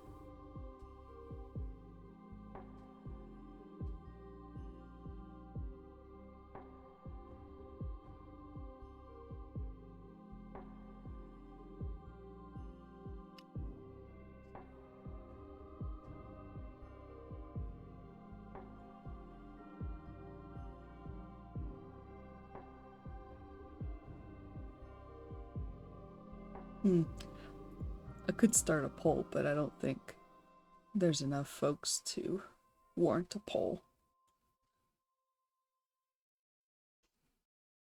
I'm blowing my nose real quick.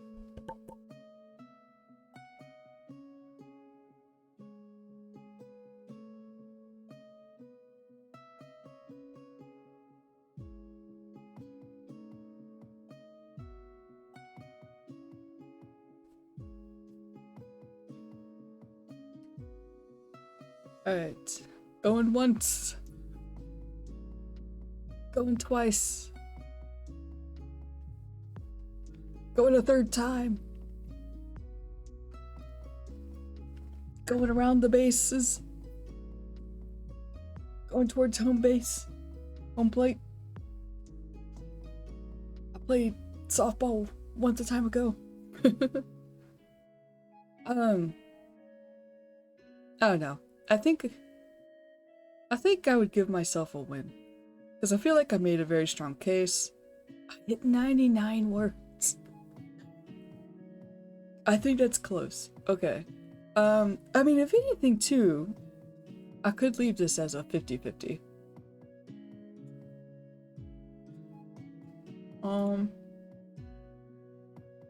Let me hide my dice camera real quick so that you can see the Oracle roller. We're gonna use Freeform Universal.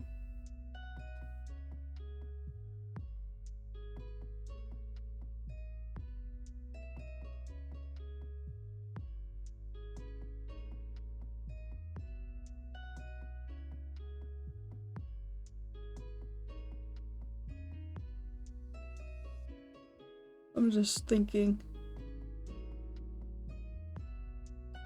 I was wondering if maybe I should gradiate the success or the loss.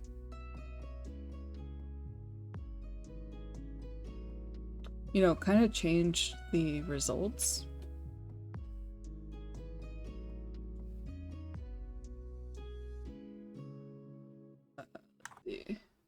Here, I'll write it out and see if I can get my thoughts in order.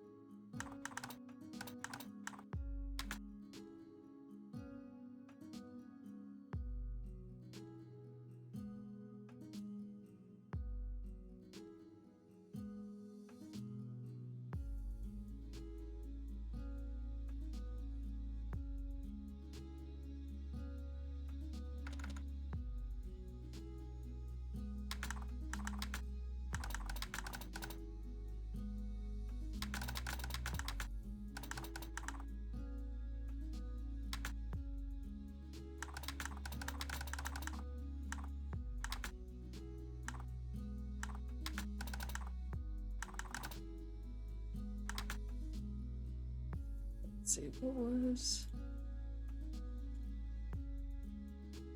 -2 plot?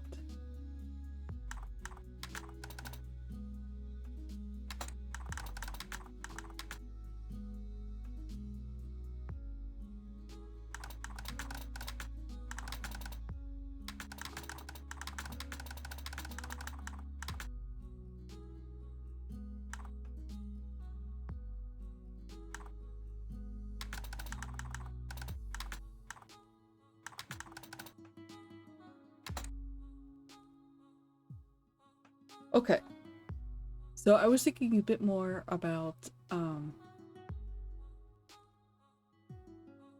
impact here, because we don't have another person to tell us, you know, how well our rebuttal was.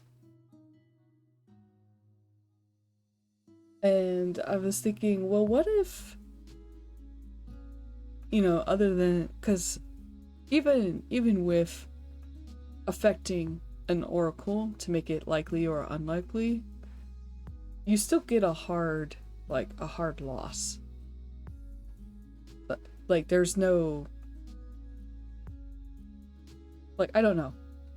So I was sort of going with, like, a yes but kind of thing, or a no but situation. So I thought, well, what if I break down the results a little further, so that if I met a word count, or if the speech was good quality, like if you were doing it verbally, if I failed, it would be +3 suspicion and -1 plot, instead of the full +6 suspicion and -2 plot. Because I feel like then that kind of gives you a little bit of a, because if you're playing this solo, you're going to be all about the narrative. And I feel like this might help a little with keeping with the narrative. Like, what if your speech was like straight fire, but you paused in the middle or something and got a little stuck on words and stuttered a little bit, you know? Or, you know, like in my case, what if I made some very good valid points in my defense, but it just simply doesn't like work out? You know, I want that chance of, like, yeah, you're still in trouble, but you know, you still made some very good points, and the other party is going to have to deal with that too. I don't know, we'll kind of see. Maybe I'm being too lenient, you know? Like, maybe I'm letting my own bias get away with my ideas. But we can kind of see. This is sort of experimental anyway, because I wanted to see if I could play this game solo.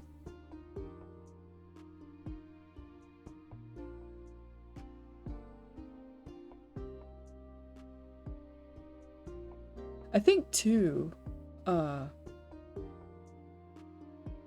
what I'm feeling like is that there is some matter of skill coming into this, but ultimately the skill is coming down to a dice roll.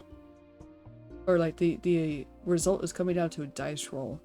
And your skill or your performance has no impact on that outcome.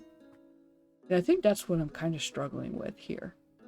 Is how do I let skill impact the outcome, but in a fair way.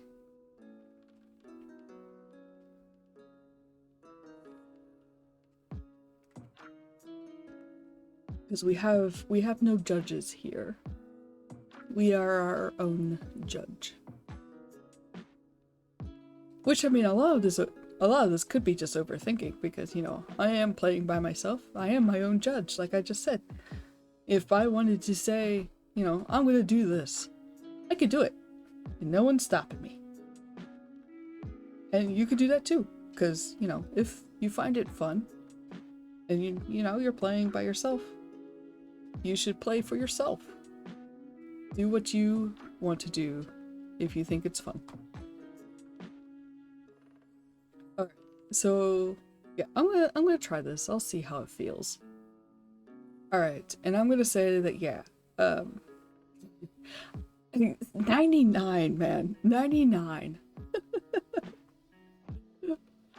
That's like rolling a critical hit, like a critical chance to hit, but you roll a 1. That hurts so much.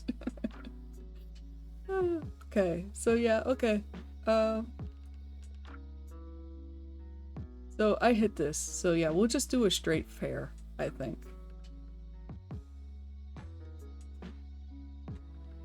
So we'll just ignore the yes and. So I guess I do have a success then.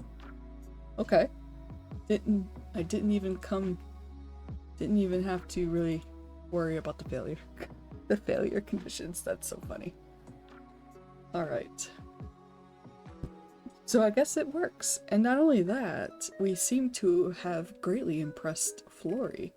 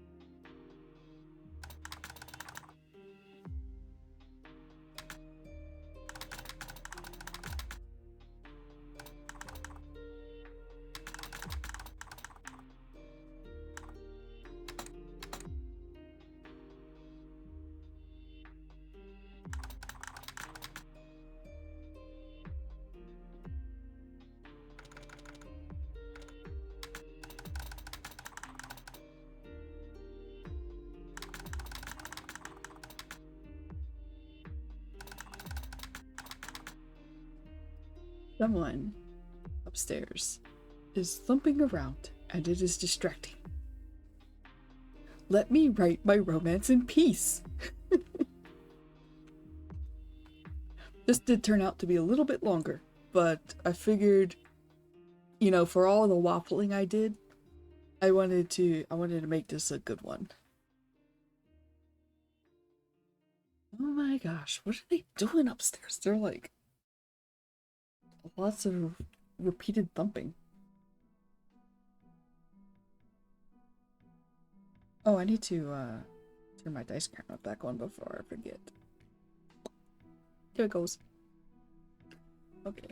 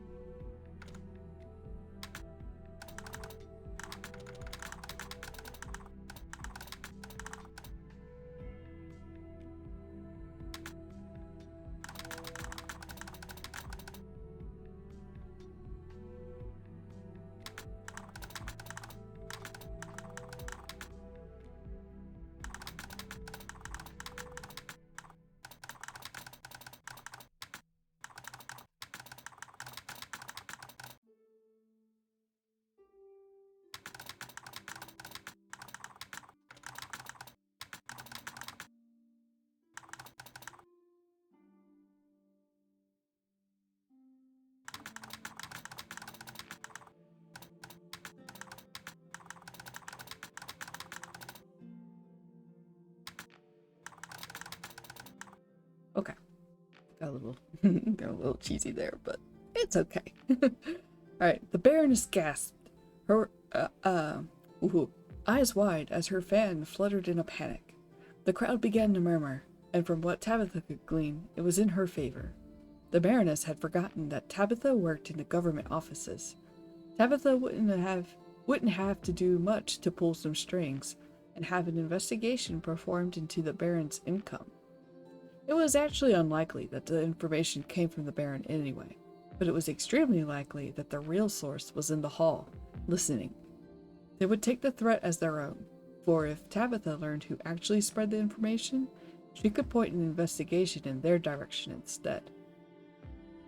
She hoped this would be enough to cool the interest in the matter.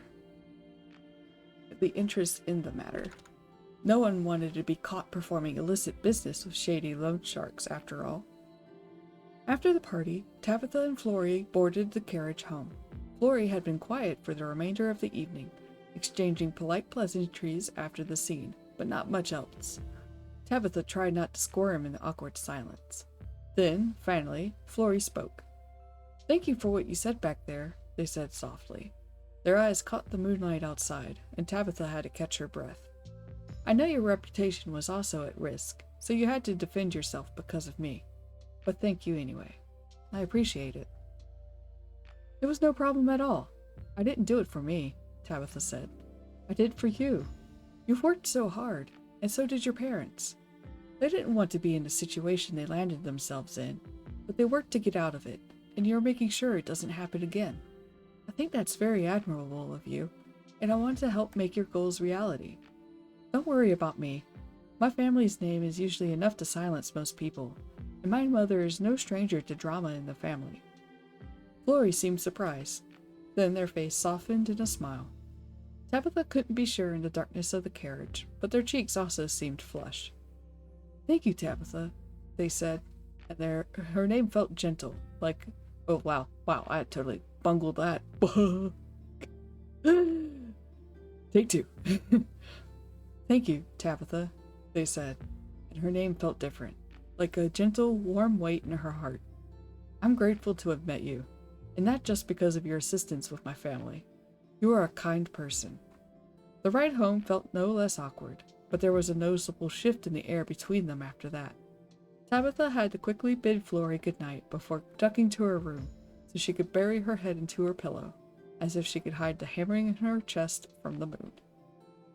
Okay, I do want to confess that as I was writing, I did remember I was talking about, like, wanting success or like a chance of, like, you know, a no but kind of thing. And it did hit me that the prompt itself does come with those conditions, but the problem is that I didn't roll a more favorable condition. So all of that waffling was sort of a moot point, for which I kind of apologize. And I think that because I didn't hit my word count, let's see, try to do a slight backtrack. I think I'll still keep a +1 affection.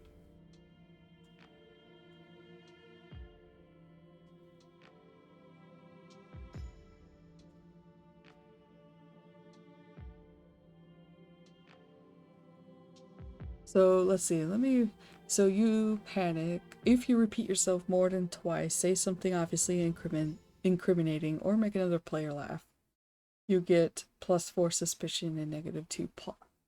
Alright, so yeah. So it is kind of based on quality. And I do feel like I did do a quality job.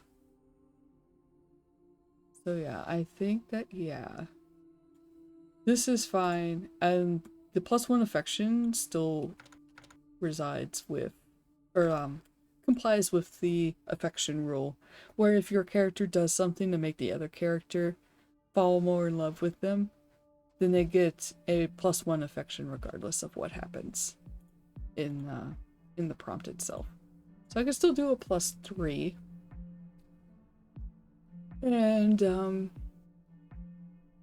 yeah, nothing else changes. So that was all very silly of me, but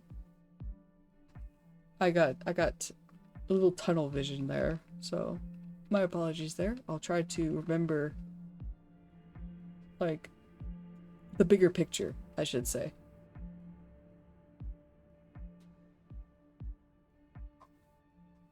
Let me drink more coffee. Okay, I spent a lot of time on that, so we're gonna go ahead and move on.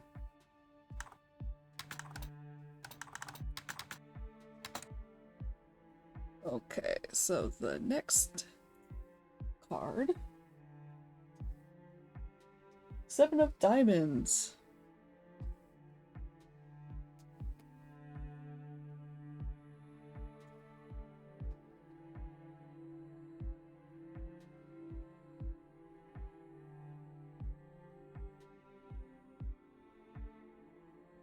You get in a spat with each other. What is it about? Where do you go to try to keep it private? How long does it take to smooth over?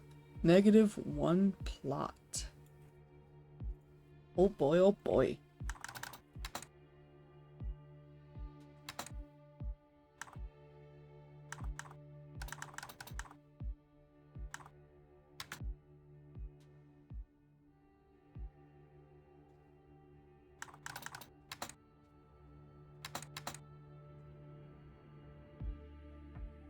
Okay, so this is gonna be Floor's POV. Ooh, I know. In session 1, there was that moment of Flory wondering if they should try to be more steadfast in trying to convince Tabitha to go out more. Because they overheard Duchess Aline being disappointed that despite having found love and being married, Tabitha still isn't going out much.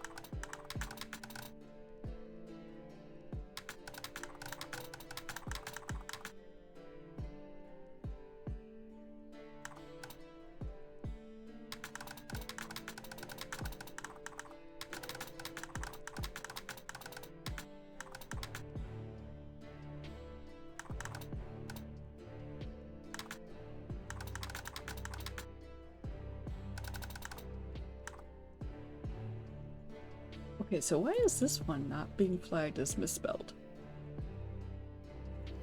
That's silly.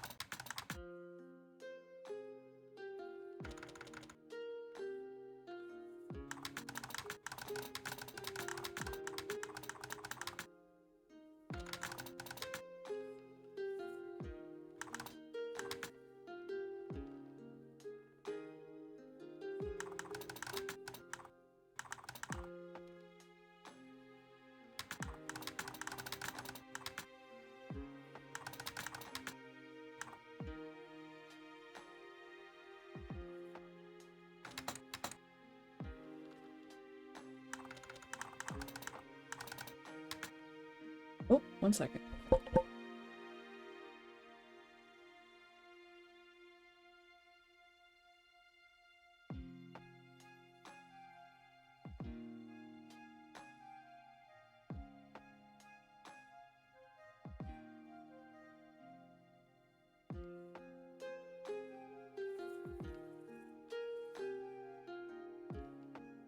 That's so funny, guys. Cheeky was checking in on me because I was being so quiet.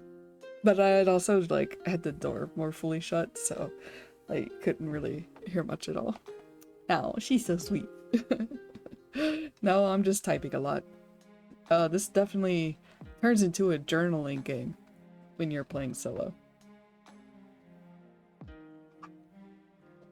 At least, the way I play it.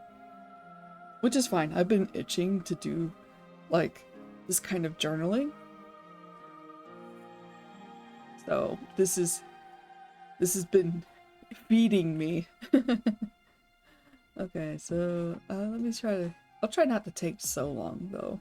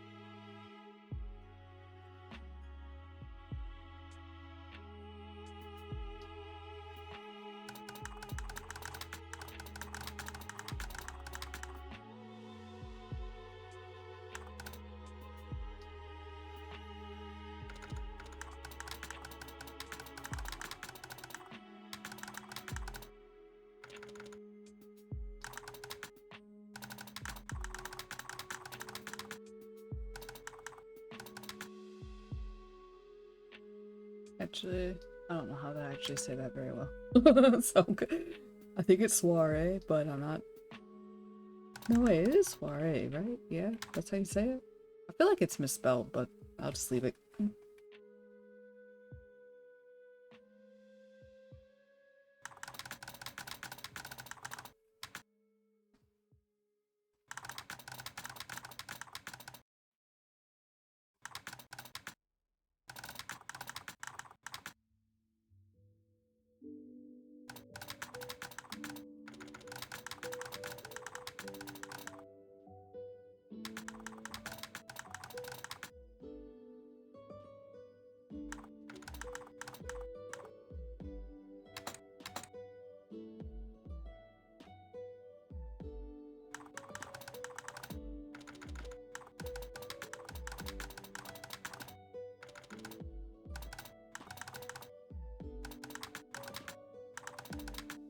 Oh. Why am I getting a phone call? Who this? Oh, it's spam. Leave me alone. I am busy typing about fictional characters that I want to make smooch.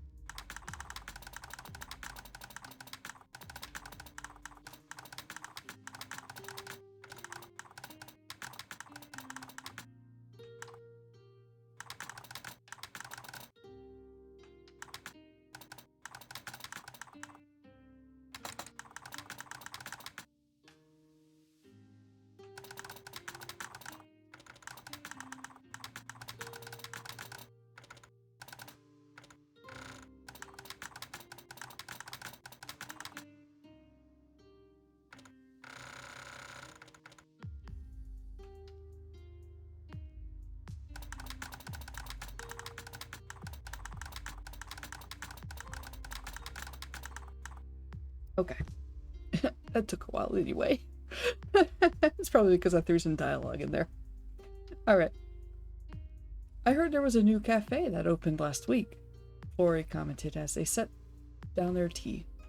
The Archduchess Aline immediately perked up, her eyes going to Tabitha. They were having tea together in the garden, an uncommon event due to Aline's busy schedule. Despite her advanced age, Aline was still quite active, frequently moving between her estates and handling business, though the bulk of it was now passed down to some of her eldest children. That's nice, Tabitha said, and sampled a piece of cake. She said nothing else, her mind clearly on some other matter. Florrie tried again. Why don't we check it out on your next day off? It could be good research to see what's in trend for cafes, for our own venture. Sorry, I don't really feel like it, Tabitha replied. This time her response was stiffer. Florrie had never gone past this stage. They could tell that any further would risk causing Tabitha's ire against them. But the Archduchess's face had fallen, and Florrie didn't want to disappoint her. Not when they had a ruse to keep up in front of her. At this thought, irritation pricked in their chest. Why was Florrie the only one making an effort? Love, please go to the cafe with me, they said, exasperation coloring their voice. It's been nearly a month since we've gone anywhere that wasn't a soiree. I'd love to go somewhere with just the two of us. Get some fresh air. Get you out of that stuffy estate. Ah, no offense, ma'am. Archduchess Aline smiled good-naturedly and waved them off, but Tabitha forcefully put her fork down with a clatter. I do not want to go, she said, frowning at Florrie. That is it. But why? I'd love to take you there. We could... I said no, Florrie. Florrie blinked. Tabitha rarely called them by their name, usually opting to use some superficial pet name to keep up the appearance of a happy couple. But this wasn't part of the charade. Tabitha was glaring at them with actual annoyance. Florrie's eyes darted towards the Archduchess, who was now eyeing the pair over the rim of her teacup. She no longer looked like a kindly old woman. Now her eyes were sharp, keenly watching for weaknesses. Florrie returned their attention to Tabitha, but she was already collecting herself to leave the table. Oh no, this is bad, Florrie thought, trying not to panic. They hurried after Tabitha and tugged her behind a large, decorative bush. I'm sorry, I didn't mean to push too hard, they said hastily. It's just, the Archduchess has been wondering why you're still not going out, and I thought we could take some of the heat off if we went somewhere. That is fine, but do not pressure me into going out, Tabitha hissed. Her eyes were fierce in her anger, which normally would have been attractive if it wasn't directed at Florrie. I have my reasons. Leave me be. With that, she turned and walked away. She wouldn't speak to Florrie for the remainder of the day. Okay. So we're gonna dock -1 plot, according to the prompt.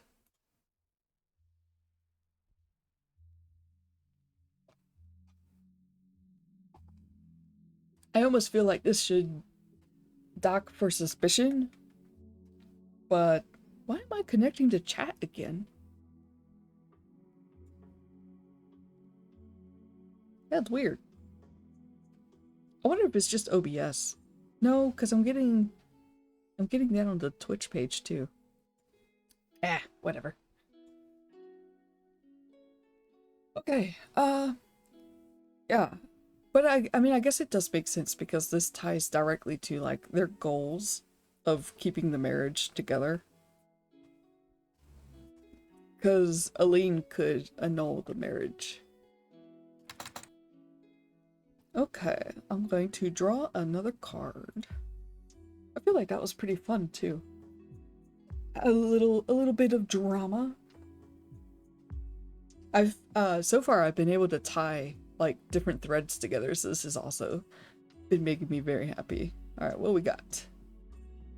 A 6 of diamonds.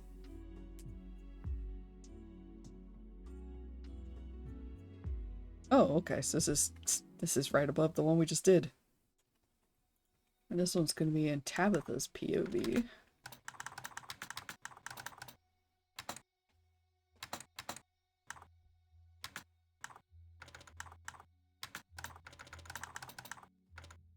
Oh, come on. There we go. What new social circles has the marriage opened up? What kind of spaces would you have never moved through if you hadn't met them?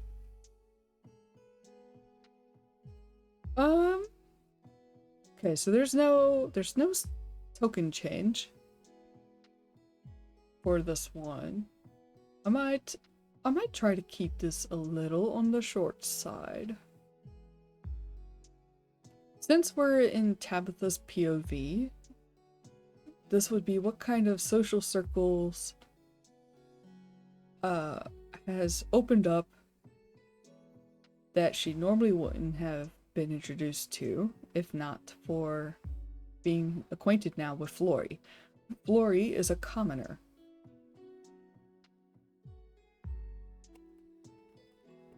Let's see. I mentioned before that Flory has friends that they would normally go out with on their days off or their time off after work. And they also worked in the kitchens. Both of these are places that Tabitha normally would not, like, frequent or would not talk to because they are commoners. Flory's friends would also be commoners.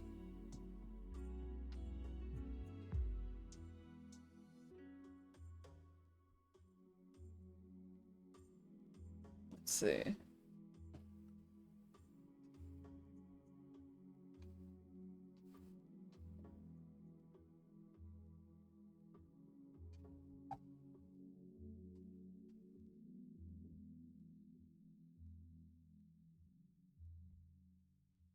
I think I could tie in the previous scene with this one.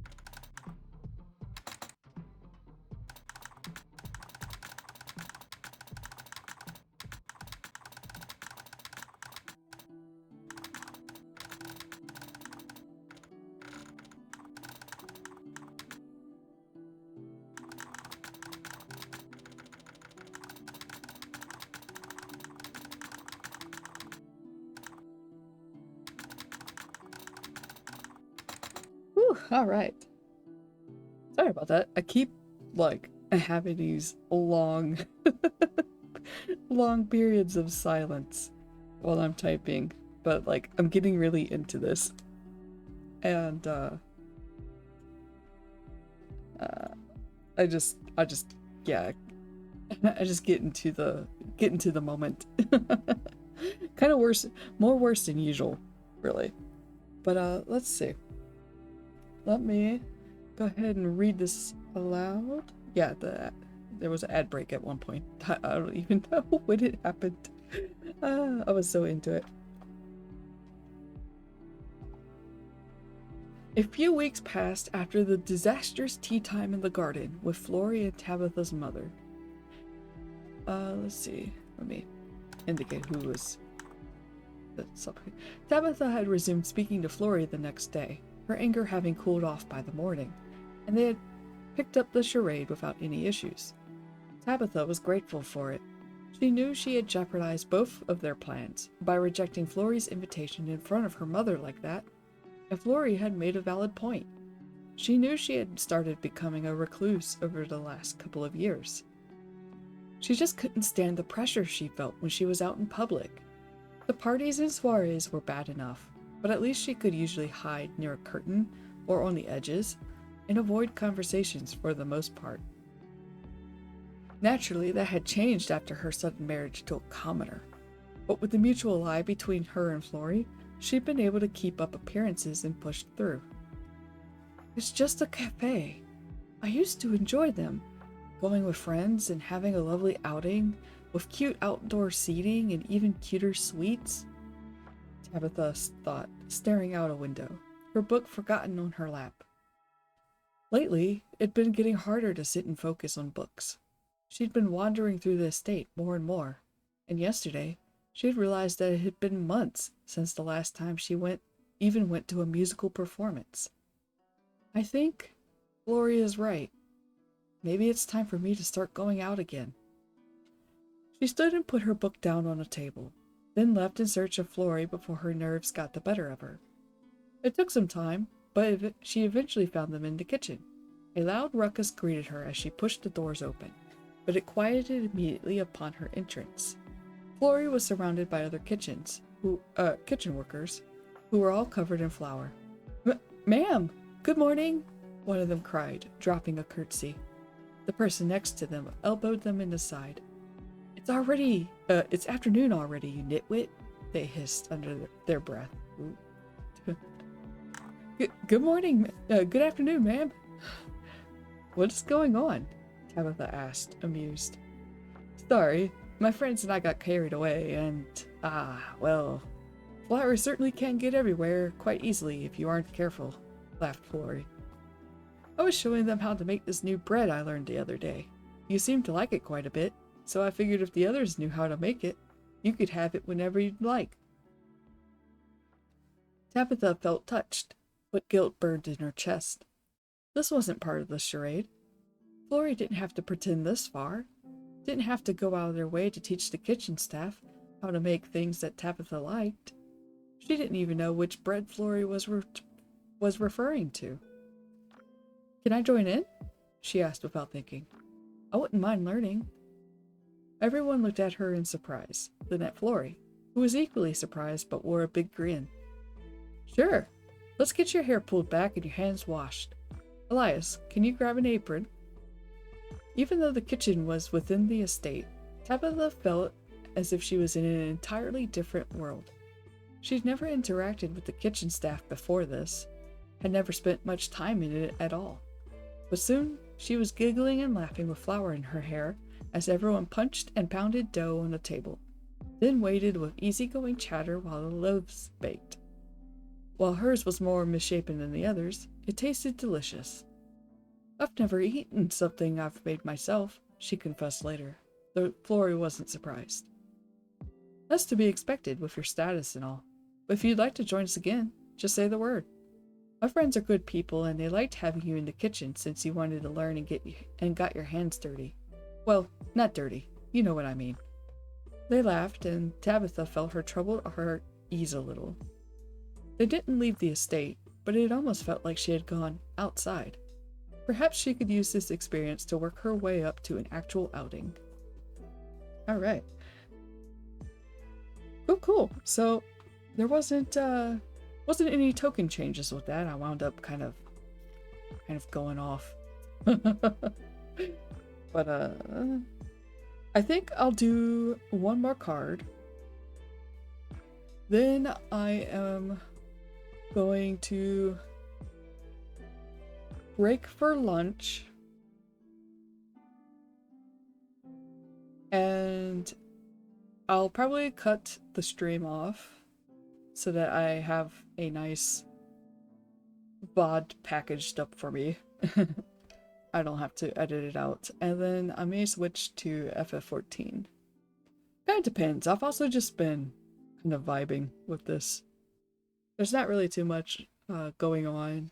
I've been kind of left to my own rambling devices here. I do kind of want to get some more token changes though. We had a narrow escape with the other one, but I do want a little bit of drama. I want to get more affection points. I want these two to hook up.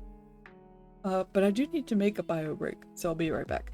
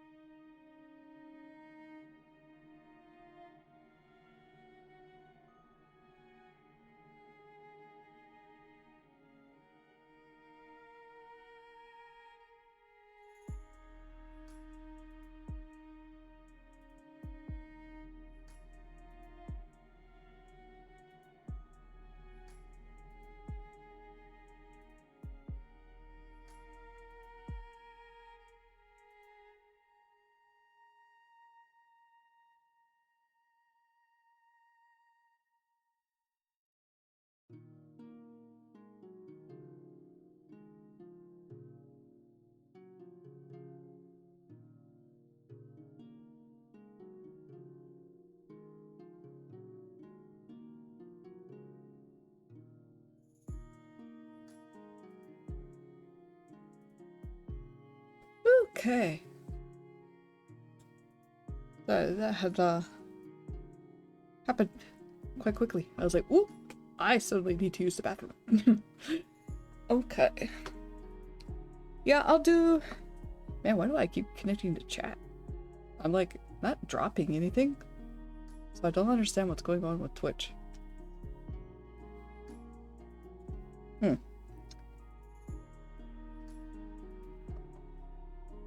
Curious. I'll do one more prompt, and then I'll see how I feel. How about that? Because this is my day off, this is a perfect time for me to do a long, meandering journal game. Although, it's probably not really meandering. I've actually been holding pretty well to, like, a plot. Like a kind of like a plot structure.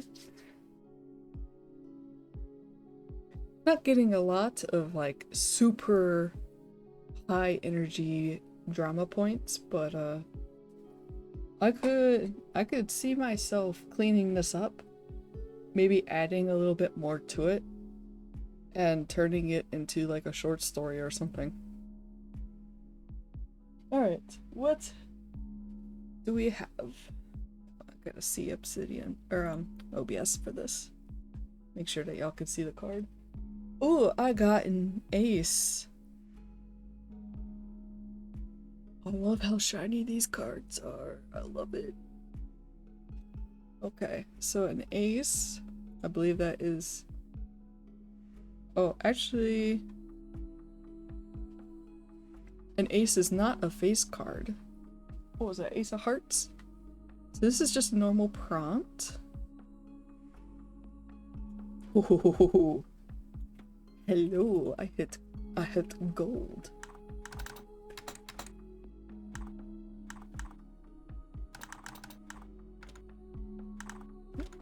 One hit the plus.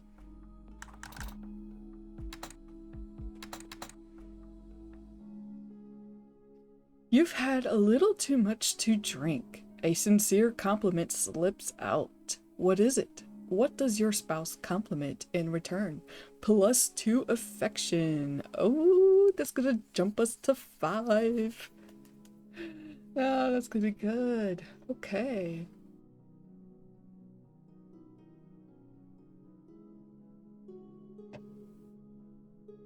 So we're in Flory's point of view. Flory just had the disappointing tea time where they had a little bit of a spat, but then Tabitha had come into the kitchens and they had a nice fun time together with some of Flory's kitchen friends. So you know, I think at this point Tabitha's been getting kind of more of the Doki Doki's heart racing moments compared to Flory. But I think Flory is also potentially kind of more of a slow burning kind of affection starting to grow.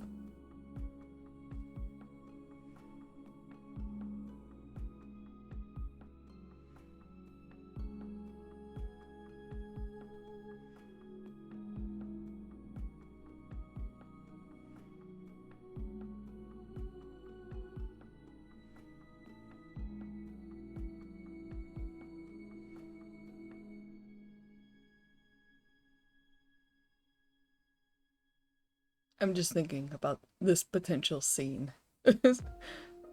Pardon my silence. I was just thinking, I think they'll be with Flory's friends again. Perhaps hanging out in the kitchens with a little bit of wine. And maybe because they are in a place that Flory feels more comfortable in, perhaps they have drank more than usual have loosened up their facade because they don't have to pretend too much in front of their friends. Oh, unslump. I am actually sitting pretty well. Thank you, London.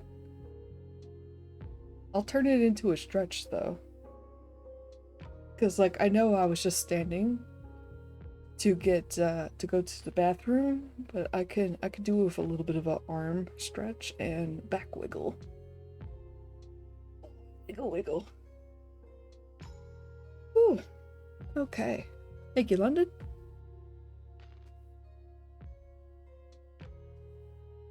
Wow, this session so far is 2,579 words. Let's see. Yeah, so I think that'll be the scene.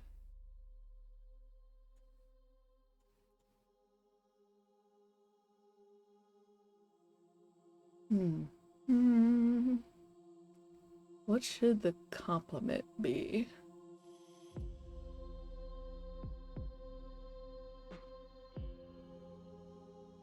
Flory is also quite tall. Like, they are very tall.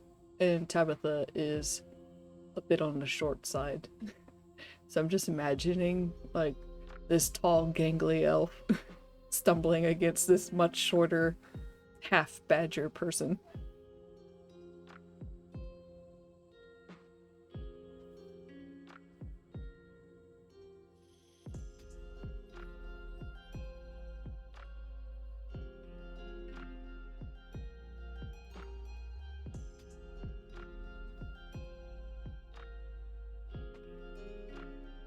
What color? Oh, I lost my... Oh, no, I didn't lose it. I'm silly. It's down here, you goober. Did I say what her eye color was? I did not.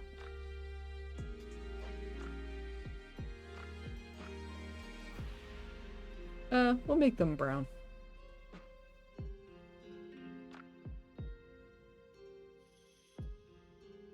I'm thinking.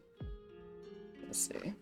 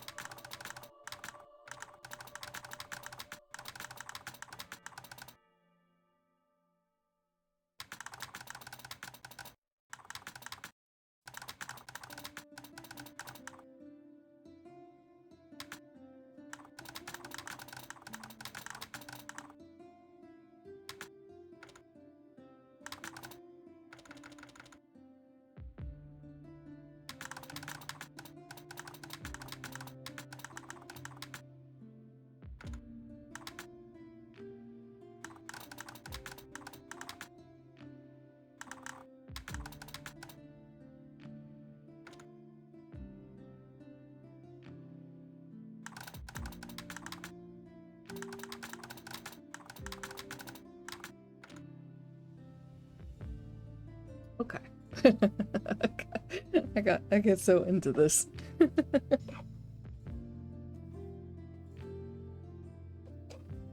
Okay. Florrie was happy to see Tabitha joining them in the kitchens more frequently. They didn't always visit for lessons. Sometimes they simply hung out with Florrie's friends after their shifts in the evenings and enjoyed some light-hearted conversation and banter. This evening, however, was different. "It's your birthday! We could make it a little special!" Florrie cheered, pouring Elias some wine. Elias nervously accepted it, eyes darting to Tabitha. "Are you sure? I know we're off duty, but I don't want to cause trouble for Madame Charez." "Please, just Tabitha. I keep telling you that."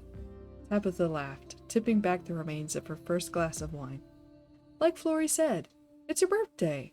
It's a special day." Florrie joined in the clapping that ensued as Elias finally drank the wine. It wasn't really something to be chugged. Ale was better for that. But they had opted for wine in respect for their noble guest, who had politely mentioned her distaste for the stuff. Florrie didn't mind either way, for wine still gave Tabitha pink cheeks and relaxed shoulders. She was less rigid and poised when she was in the kitchen, her guard relaxing when she was with Florrie and her friends. While they hadn't gone on an outing yet, she had expressed her interest in going out the other day, so Florrie felt like it was a small success that she was starting to be included within their friends' circle. The evening carried on, with Florrie surprising Elias with a fancy cake that they had baked when Elias wasn't around in the kitchen. It was rather extravagant, the likes of which a commoner would normally never get to taste, and there was no chance it would last the evening. The wine, too, didn't last. After a time, things got hazier, and Florrie felt like they were floating. "Ah, I got carried away and drank too much, I think," they thought, laughing as they stumbled against someone. It might have been Christine, as she was the only one tall enough to catch shoulders with them. Hands pushed at them until they were stumbling against someone else, who let a surprised cry. Hands scrabbled to catch them, before Florrie's weight tipped both of them over, and suddenly Florrie was eye to eye with Tabitha. "Hello, lovely," Florrie giggled, feeling the world spin around them with a delightful dizzying speed.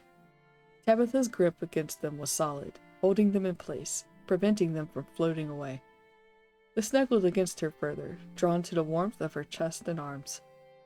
"Your eyes are beautiful, like they could swallow me whole, and I'd be fine with that, I think," Florrie said, staring into the depths of Tabitha's brown eyes. They were wide and round, surprised most likely, but Florrie couldn't quite tell. Everything was sort of fuzzy, blurry, out of focus, except those eyes. "Yours are pretty too," Tabitha laughed. She petted Florrie's hair, pushing it back out of their face. "Your hair is getting longer. Maybe we should trim it." The hand felt good, nice and cool against Florrie's flushed forehead. They leaned into that hand. If they were a feline folk, they'd be purring. "I'll trim it if you like," they said sleepily. "Don't care either way, as long as you like it." There was an exasperated sigh, but it sounded equally warm, and the hand didn't stop carding through their hair. Sleep fell upon Florrie then, and when they awoke, they were in their own room with little memory of the previous evening. But they remembered that touch when they looked in the mirror, fingered their hair, and wondered if they should grow it out. "Woohoo, we get to add to affection. We're halfway there. We're halfway there." Okay, so that, like the others, took me a while. I do need to have lunch. Living on a prayer. I was trying not to lean in there.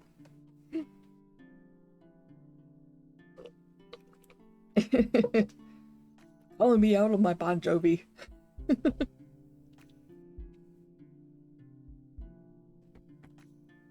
Hime's karaoke stream featured a bunch of like rock or punk rock stuff from the kind of like the 2000s, I think. 2000, kind of towards like 2010 area. And I was thinking in the car, like yesterday, I think, I was like, you know what? If I did a karaoke stream, which would be probably awful to many people's ears, they were all like, oh, like this music, you know, is either gonna make you feel nostalgic or feel old. And I'm sitting there like realizing that I was just bobbing my head to like disco music. I'm like, this is gonna be even older. That would be kind of funny though. I don't think anybody's that would be really funny if people didn't recognize the music.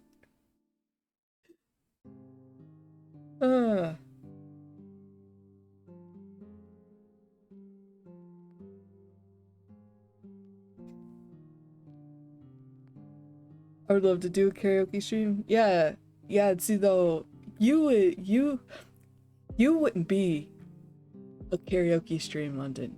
You would be a concert. But it would feel weird to do it for like 3 people. Yeah.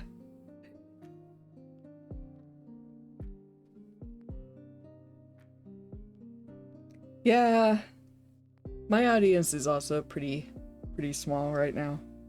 But that's okay. I'm cool slowly growing it. That's why I'm like really glad that it seems like the internet has held up, because now I can stream more. I could stream during the weekdays in the evenings, and kind of, you know, consistency is the big thing. I wanted to get more consistent, and it was really hard to be consistent when the internet would die. It's weird even now when I sing, I'm like, does anybody even want this? Whatever, deal with it. Yeah, just, they could deal with it. I mean, really? I don't think it would even be really dealing with it at all, because you can actually sing. You sing very well. It's delightful. Like, I'll be honest, the Misty Mountain song, I kind of got burnt out on it pretty quickly, because that's what, like, when The Hobbit came out, like, that's what everybody under the sun was playing. And I was like, okay, I'm kind of over this song now. I've heard like 50 covers. But then you sang it, I'm like, ah, yes. This is actually a pretty good song. And like the Pippin one, I had goosebumps. I love the Pippin one. It's such a good scene.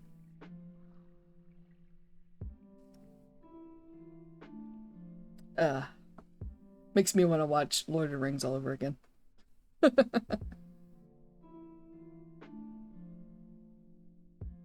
That's an endeavor though. I actually don't even remember if I own all 3 movies or not.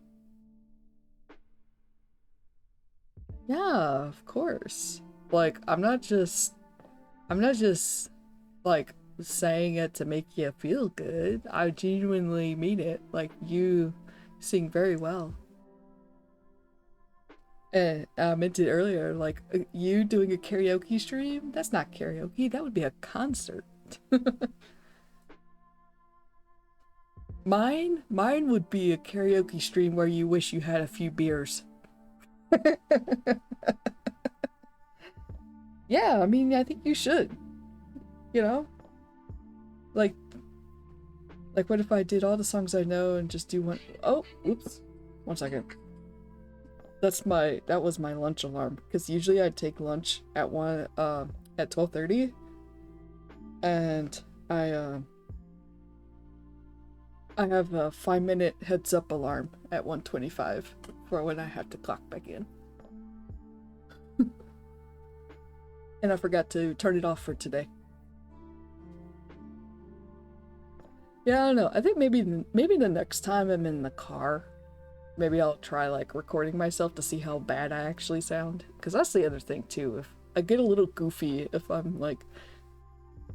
I know I'm being listened to.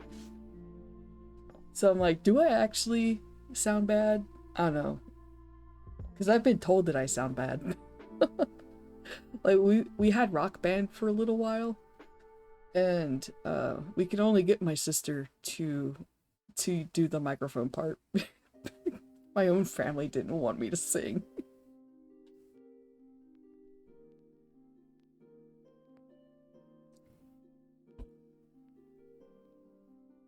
Okay. Yeah, what am I gonna do? Because I need a break for lunch. And I said I was gonna play FF14 today. But I haven't gotten too much progress in. Like, I'm at 5 affection now, which is really cool. But I didn't really expect this game to go on for so long. I think it's just because I've been spending so much time writing. Like, I'm almost at 3,200 words for this session alone. Yeah, but it's so relaxing to just kind of chill and then basically journal this all out. So I'm kind of tempted to just go on a little longer and then just call it quits for the day. Around like maybe, let's see, it's 1:30 now. So maybe until like 3 o'clock. Because I wanted to get some work in today. But I need to eat my lunch though. I can't go until 3 o'clock without lunch. And it's just a sandwich. I have leftovers from yesterday's family outing. We were celebrating my grandmother's birthday. My grandmother, it has been I think she's being moved up here. She's had some health problems recently and could no longer live alone. So we have my parents have driven her from Virginia up to Wisconsin.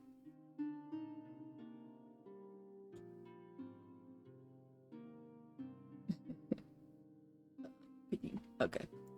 Okay. Yeah. I'm gonna do what I want. I was just telling London that she should do what she wants if she finds it fun. Which means I should do the same. Yeah. It's a holiday. I mean, it's Memorial Day, but like I get a day off, a paid day off that I didn't have to use my PTO for, so I want to take the chance to relax. And also, yeah, like I said, this game is going longer. They say that you could play it within like 3 to 4 hours. But that's when you're playing with another person. So I've gone off the rails. But I would love to I am prepping encounters. Fun. Yeah, I don't know, like, let me know what you think of this game, of my playing of it. You know, let me know if you think it's a little boring. I need to write my freaking newsletter. Yeah. Yeah, that's why I'm only going to be streaming until about 3 o'clock. I've got some things to work on. I gotta get my schedule for the week up. I need to decide what I'm doing with the streams. Got a commission to start in on. And I've got to start really seriously prepping for my birthday weekend, because I'm going to be doing 3-day streams. A 3-day stream for my birthday. Oh, I wish I had been paying closer attention. Sorry, bud. You're my background companion. I'm liking hearing the bits of scenes that I hear so far. Yeah, no problem. It's all good. I also understand that this is, there are long periods of silence because I just get lost in the sauce. Oh my gosh! It's a shaky raid. Cheeky Ghost just raided with 3 viewers.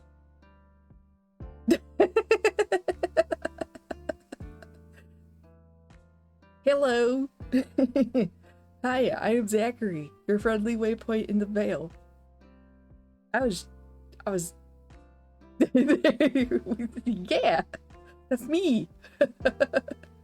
I was about to go get lunch. I will sit. Hello. London is my teleprompter. Thank you, London. Yes, I play solo TTRPGs and sometimes TTRPGs of other people, and I do art sometimes on streams, and I also sometimes play crafting survival games. Wow. Wow. I'm not gonna read that one out loud. You stop. So yeah, right now I am playing Eyes on the Prize, which is normally a duet game, but I'm trying to see if I can play it solo. Hey, I'm here and did copy my own raid message. Good job. Hi, bestie. Okay, cool. It did the shout out for you. Oh, hi, Vice. Welcome in. I've been slowly going through the game prompts because I've apparently decided I'm going to write a novel. This session is almost at 3,200 words. Yeah, I'm playing Eyes on the Prize. It's a fake marriage game where two players each make a character who have their own goals, and they get fake married in order to accomplish those goals, and they have to keep it up. I see your check-ins before lunch. I mean, I'm not going anywhere.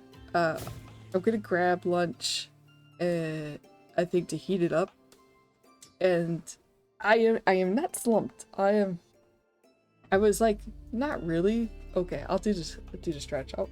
I was just sort of resting on my arms, but I wasn't really slumped. I was actually kind of properly sitting, stretching, cracking knuckles.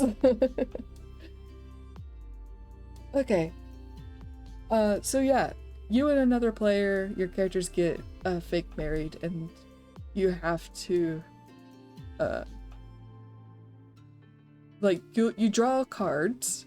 That's what I got going on over here, and those cards are matched to prompts, and those prompts may or may not affect your affection, the plot, which is your character's goals, and suspicion. And yeah, if you get 10 in either of these, it's game over. If you get 10 in affection, it's game over because you have basically fallen in love with each other for real, so the marriage is no longer fake. You don't really need to pretend anymore.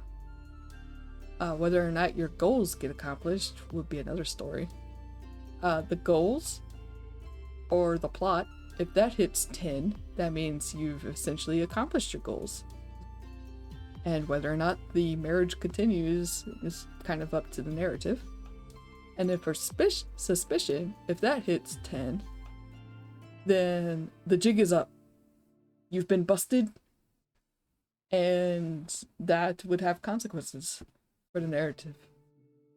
And, you know, I like the fake marriage trope. I want to see them get married, or like be in love for realsies. So the fact that I'm at 5 affection works in my favor as a player. But yeah, it has turned into a bit of a journaling game, as you can tell by my very long entries for the prompts. Also, wow, Aiko is very angry. I think he is aware that Cheeky has stopped streaming and is upset that she's not yet paying attention to him. I will take care of my boy. Oh, he is here! Ah! Aiko, jump scare! Come here. I have my camera open. Oh. Alright, here's the boy. You can't see him.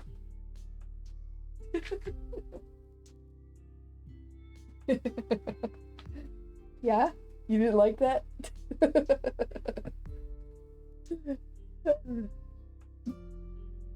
You couldn't see him very well because my camera's too zoomed in. Probably just saw black fur. He's just like, why? Why do you do this to me? And I'm like, I do this to you because you only weigh 6 pounds. That is my son. Yes, that is Chiki's son. Chiki's boy. He ran into my room to tell on you. Mom, did you know what they just did to me? Mom, they manhandled me. Like I was just a stuffed toy. Okay, yeah, so I was just talking about, getting lunch. Originally, I was going to turn the stream off, eat my food, have a nice VOD that I could just upload. But I think instead I'm just gonna keep playing, because I've been enjoying this nice chill, kind of session. I've been getting to do a lot of writing, which is pretty good. I haven't done too much creative writing lately. Yeah, no, I haven't really been doing a lot lately. We don't really do a lot of writing for our Legends of Zakkariiart game, which does feel like interesting in comparison because for my solo Zakkariiart game, my solo Loa game, I did a bunch of writing. But for our duet game, I don't do a bunch of writing because we're talking to each other because it's a duet game. So it has been really nice to be in the heads of characters again. And yeah, I mean it's fake marriage trope. I love that. So yeah, I've just been enjoying myself. So yeah, I think I'm gonna take a quick bathroom break, throw my sandwich into the microwave, and then be right back. And yeah, I'll just keep going till about like 3 o'clock my time, and it's 1:38 my time. So yeah, feel free to stick around. You can raid and run if you need to. Take care of yourselves, and yeah, put me on in the background if you'd like. And I'll be back.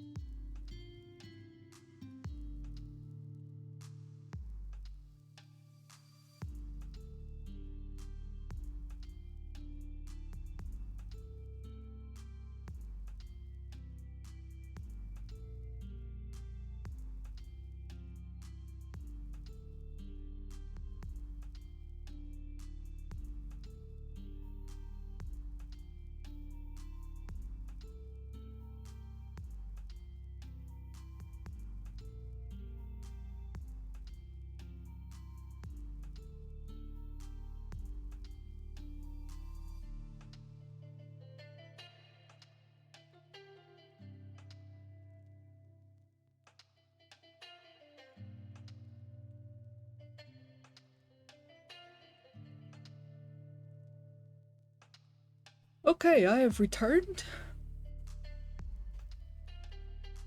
Got my sandwich cooling off. Let's see.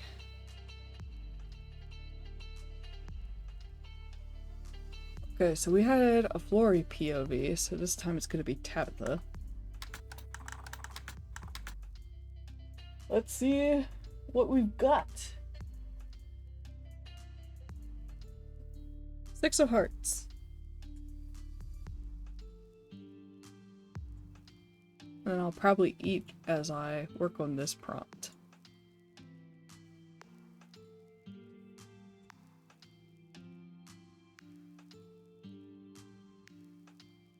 Where am I? Six of Hearts?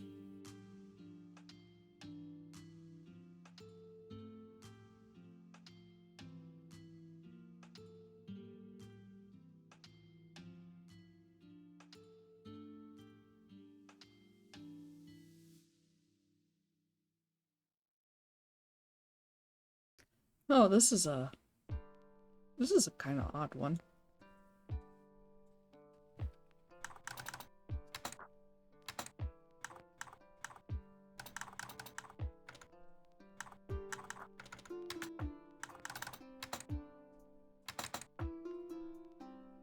What do you notice about your spouse's carriage in public that is completely different from when the two of you are alone?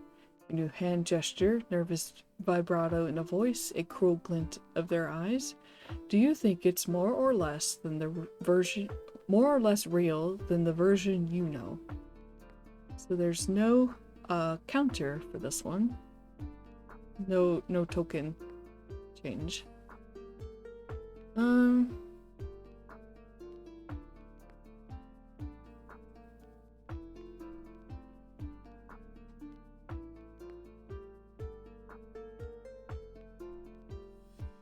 Okay, I can work with this one. The spouse's carriage, it kind of threw me off at first because I thought of an actual horse-drawn carriage, but I guess they're just talking about how the person carries themselves.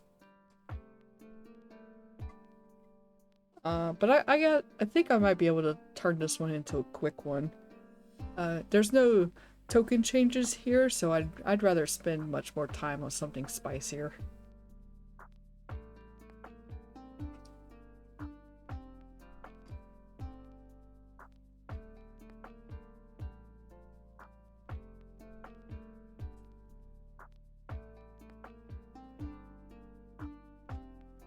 Oh, maybe I should have gotten a fork and a knife for this sandwich. It's kind of greasy.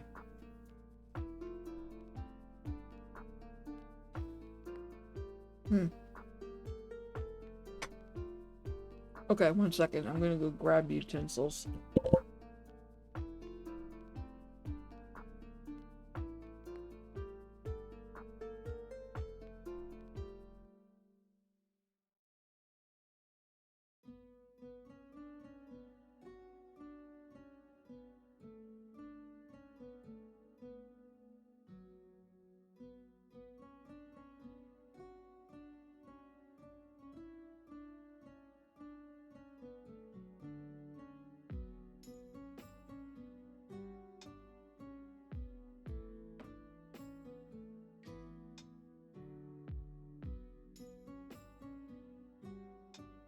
Okay, there we go.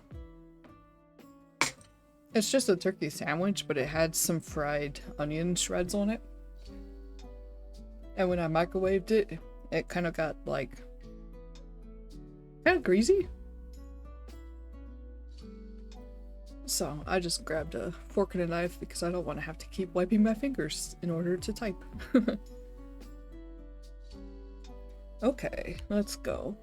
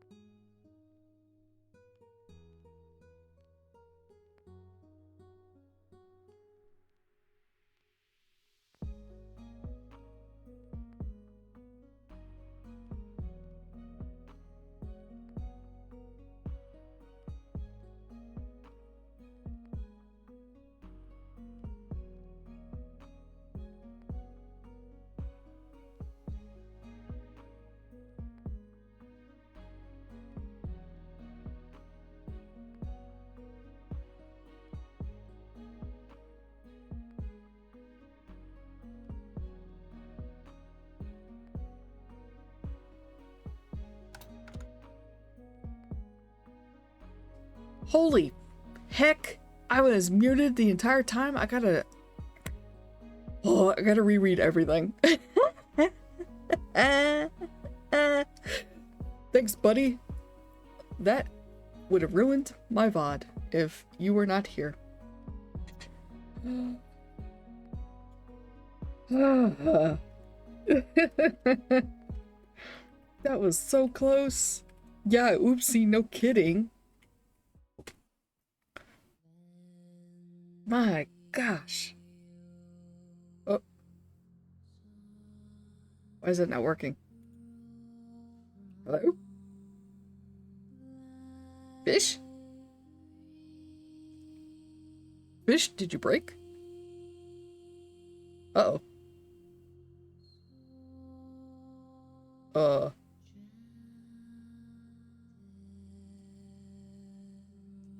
Okay. Well, the test worked. I assumed writing was happening. Writing did happen, and then it stopped happening. And yeah. Okay. Woo, I got a barracuda. Okay, but like, why is the...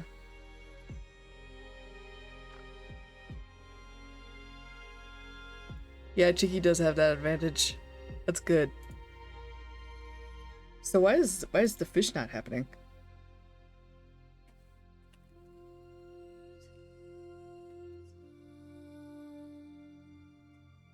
Alright, fish died.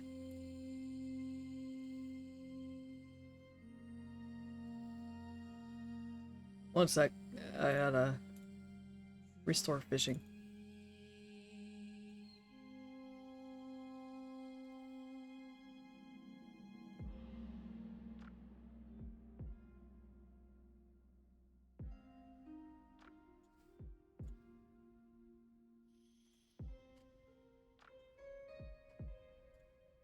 There we go. Okay, fishing works. Okay. Alright. I will reread the scene. Fortunately, I didn't do too much. Gosh. How embarrassing. I'm so glad that Cheeky was hanging out in the stream. Cheeky the real one. Okay. That means y'all probably might not have heard the prompt, or maybe you did. I'll read the prompt. What do you notice about your spouse's carriage in public that is completely different from when the two of you are alone? A new hand gesture, nervous vibrato in the voice, a cruel glint of their eyes. Do you think it's more or less real than the version you know? Yes, thank you, London. Shout out to Cheeky. Absolute bestie behavior. Yes. Alright. Something became apparent to Tabitha after that day in the kitchens. She knew it to a degree. She wasn't that blind or self-absorbed. But now that she really looked, she could see the mask that Flory wore when they were in front of other nobility. Compared to the Flory she saw in the kitchen, surrounded by their friends, the Flory she saw at parties and soirees was stiff, formal, and overly polite. And of course they are, she chided herself. Flory is, or was, a commoner. Of course they feel out of place. But then she thought of the moments when it was just the two of them, when no one was watching, be they friend or stranger. What about then? What does Flory think of me? She wondered. She felt uneasy as she tried to recall the last time they'd interacted in private. It suddenly felt hard to recall such a moment. And how do I want them to feel about me? I think I'd like to at least be considered a friend, but... She thought about that evening when they celebrated Elias's birthday. Flory had gotten quite drunk and wound up falling asleep in her arms after going on about her eyes. Surely that had been genuine. But Flory had made no mention about it the following day, merely questioned if something was amiss when Tabitha had squeaked in surprise after they touched her shoulder to get her attention. Tabitha sighed. This marriage was supposed to be simple. They still had nearly 4 years to go, but already she wondered if they could make it. Okay, so after that I had drawn another card. I had drawn a 7 of Hearts. And at first I was worried that this was going to be a repeat, but in which case I would have just simply drawn another card, I think. But this is not a repeat, and in fact, it's gonna be a little spicy.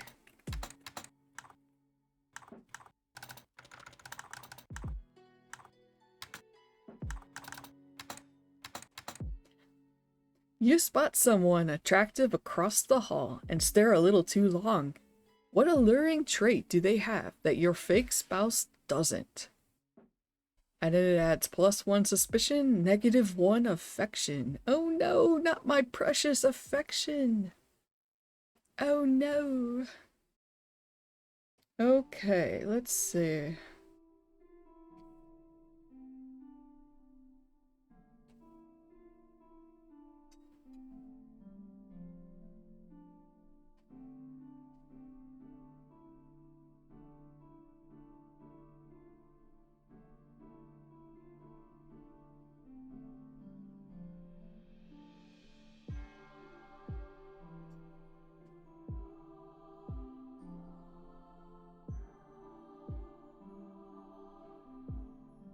I'm just kind of thinking, what kind of alluring trait would catch Florrie's eye?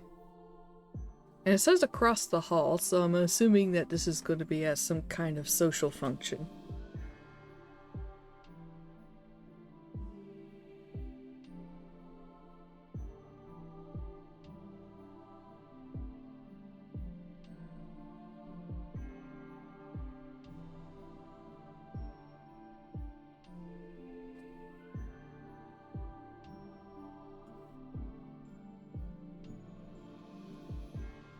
Oh, let's see. I'm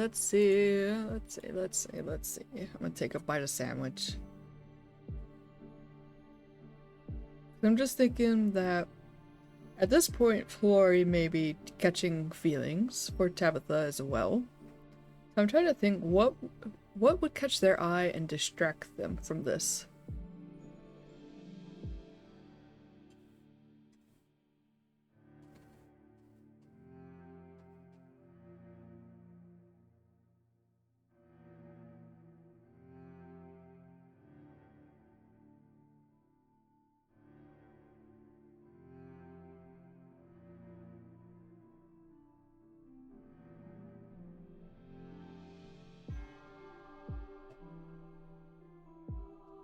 I'm gonna peek at the family tree real quick.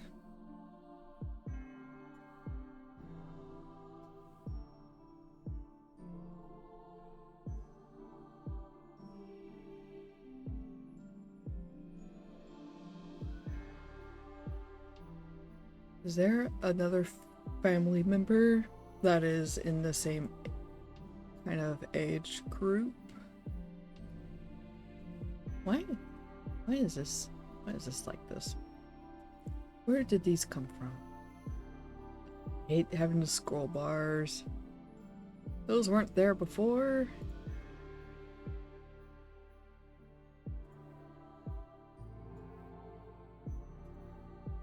Ooh. Is it because it is because I made the text bigger for the stream. Fine. I'll deal. Wait, suddenly there's no scroll bars. What the heck? Nope, now there are. Okay, but anyway. Let's see, so we are...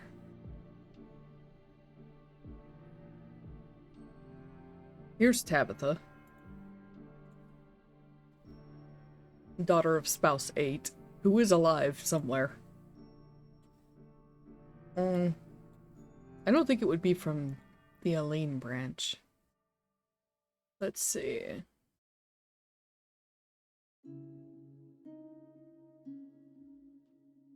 So there's kids from Zellikai. How old is Zellikai? Oh, these kids are... These are children. They are too young. Let me look at Gale.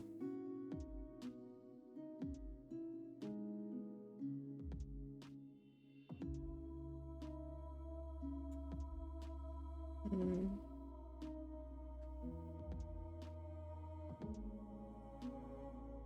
Alright, so I know these are not going to be out in this picture. And they don't have children. Okay, so never mind. I'll have to look at the Aline branch.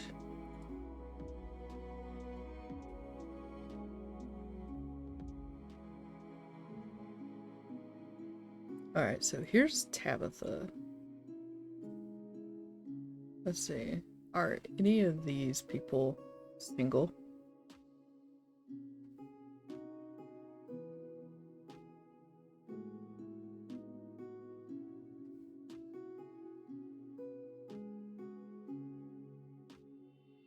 Hmm.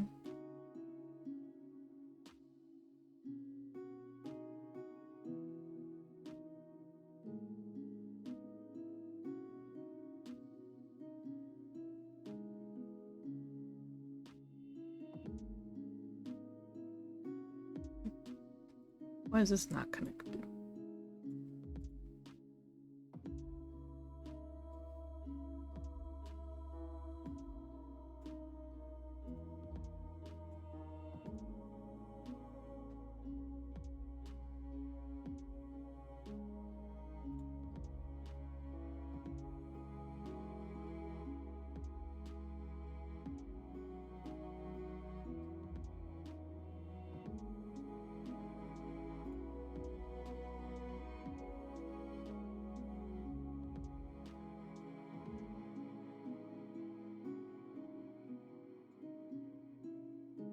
Who is Adenak? Adenak is 42 and single. Okay.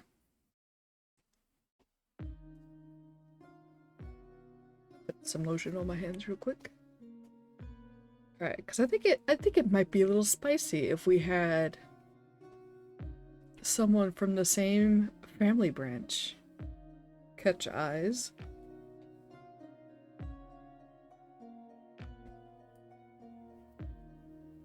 Because it wouldn't be too unusual for someone to you know, break off and hook up with a different member of the family, you know?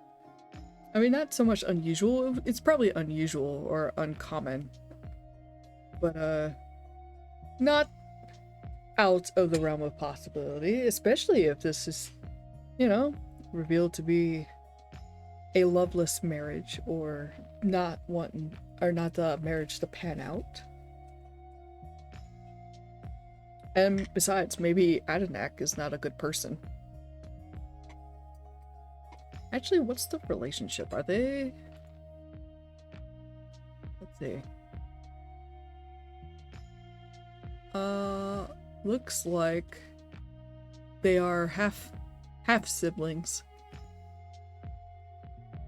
Adenak is a child of spouse 6. Definitely much older than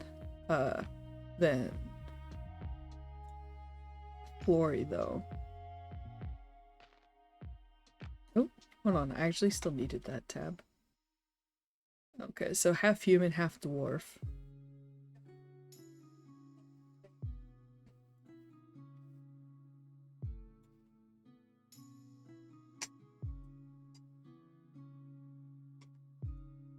Alright, I'm gonna eat a little while I work on this, and hopefully I'll remember to unmute myself this time.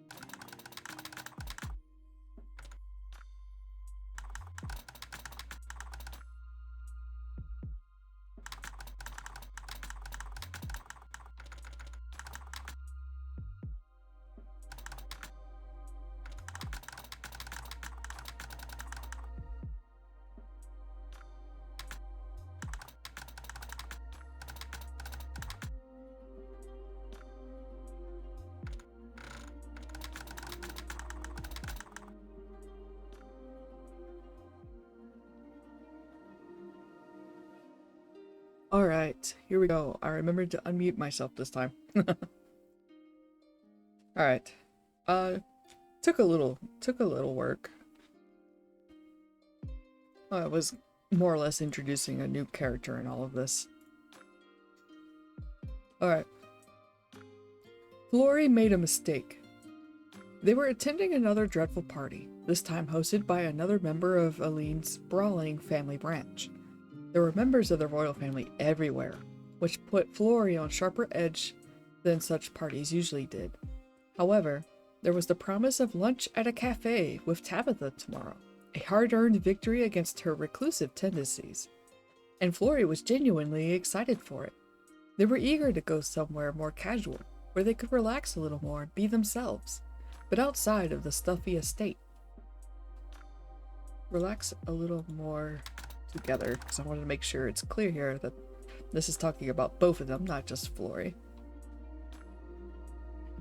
Tabitha had become more relaxed around their friends, and Flory thought that maybe, just maybe, they were on their way to becoming friends.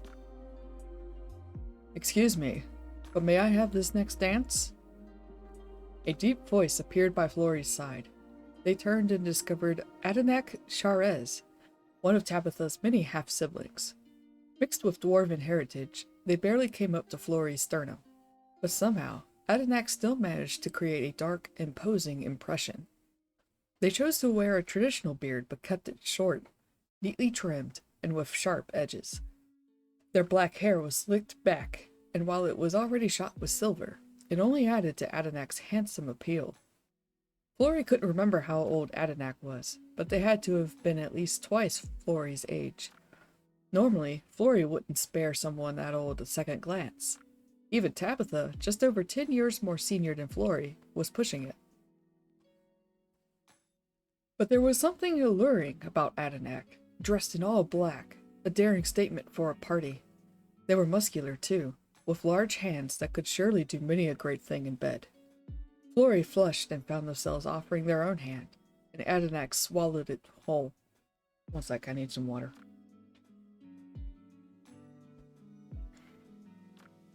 They went out onto the dance floor, and Flory allowed themselves to be swept away.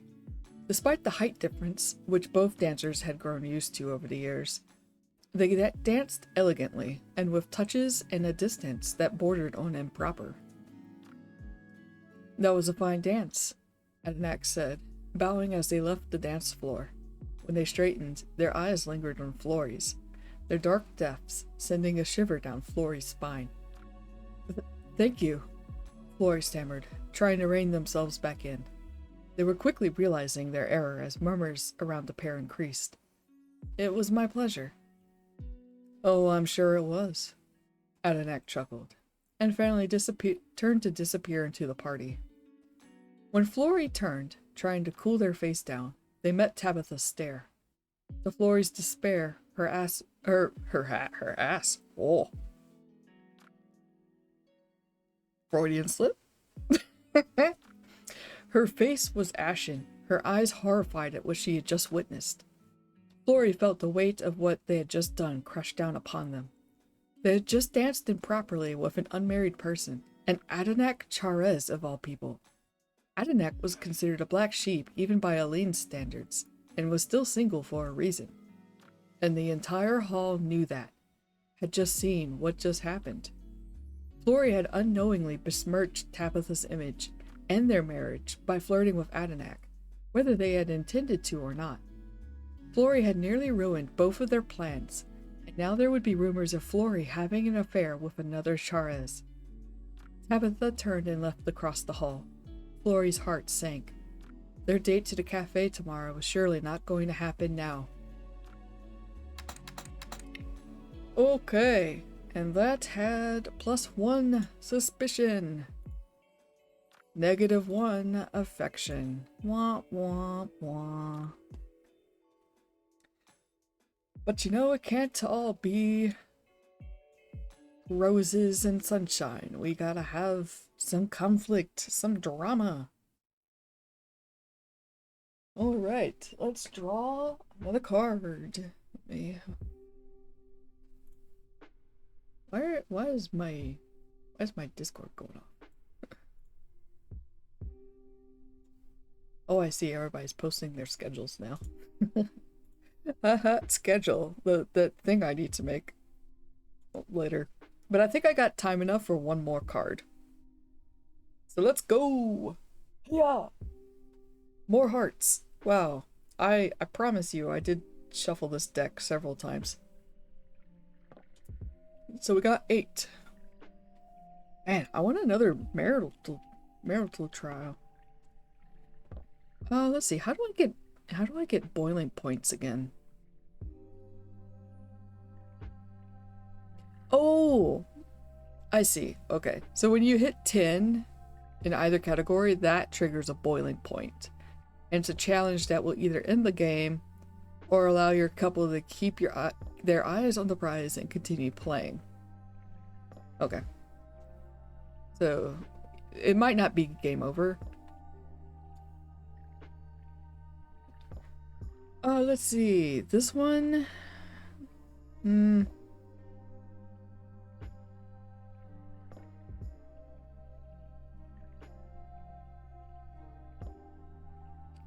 This one does not have token changes.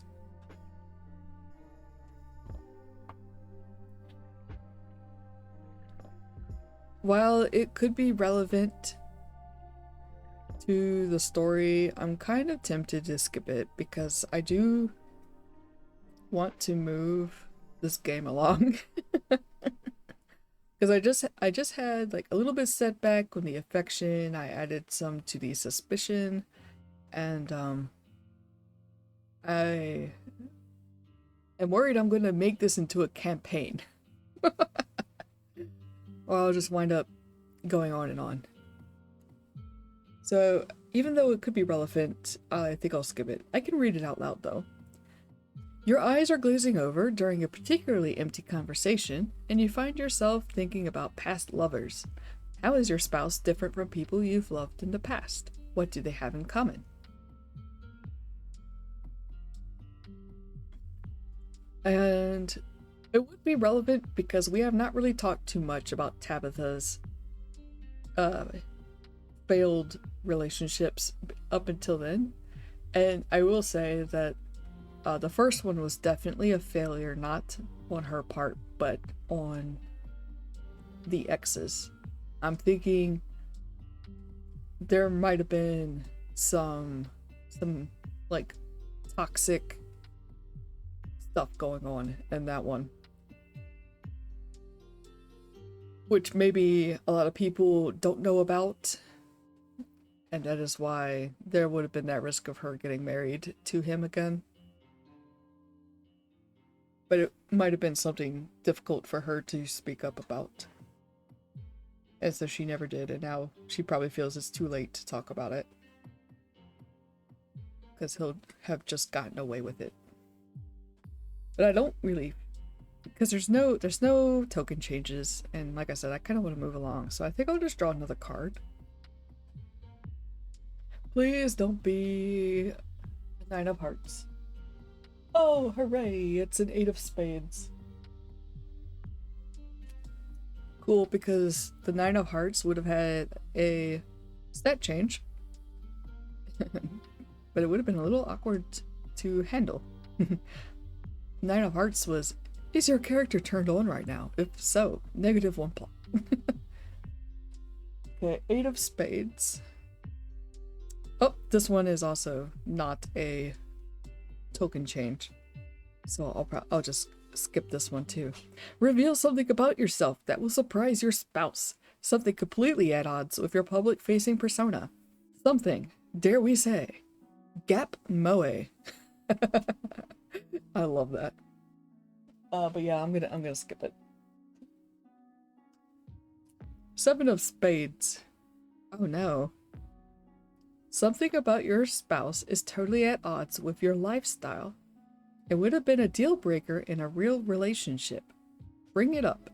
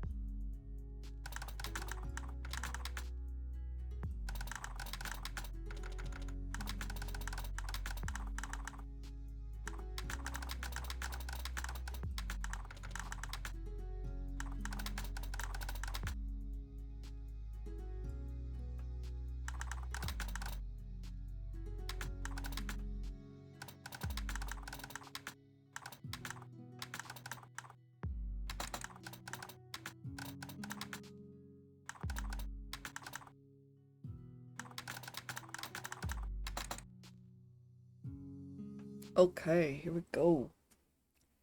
Tabitha stood outside of Florrie's door, the one that connected through their rooms. They had always made sure to exit from her room, leaving Florrie to carefully make the bed as if they had been sleeping in Tabitha's all along. But today, Tabitha knocked impatiently. She had been stewing over last night's party since the disaster happened, and her mind was made up. Florrie opened the door, saw her face, and sighed. "We aren't going to the cafe, are we?" Tabitha tried her best to ignore how crestfallen Florrie looked. "That is correct. After the way you humiliated me last night, everyone will be watching us," she said firmly. "I'm not dealing with it. If things die down, could we maybe—" "No. We're going to lay low for now because you jeopardized both of our plans with your little dance with Adenak. And as far as I'm concerned, I'm only going out if I need to, and that is that." Tabitha turned away to leave the room. Florrie snagged her hand. She whirled around and pulled it away. "Leave me alone," she growled, tail whipping behind her furiously. "Don't touch me." Tabitha left the room, doing her best to not slam the door behind her despite her rage. She did her best not to think about how hurt Florrie had looked, but it was their fault in the first place for dancing with their sibling, and the worst one to dance with at all. It had stung, seeing Florrie flushed and dancing so closely with Adenak. She had thought they had been growing closer lately, but apparently she had simply imagined it. Tears stung in her eyes as she made her way towards the estate's library, where she could hide away from everyone's prying eyes and lose herself in a book. Books never hurt her, not like this. "Oh, and now, let's see, I have to dock one affection. Wah, wah. Oh no." Alright, it is 2:50. I think I got time enough for one more card. One more card, just one more. Please give me a face card. Ah, it was not a face card. It is a 4 diamonds. Alright, but it better have some stat changes, otherwise we're not going to... Oh, it does not. Are you more extroverted or introverted than your spouse? Are you rubbing off on them? Are people noticing? Well, she was.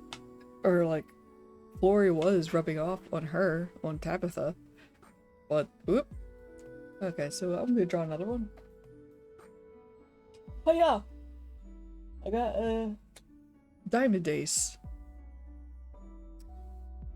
Oh, interesting.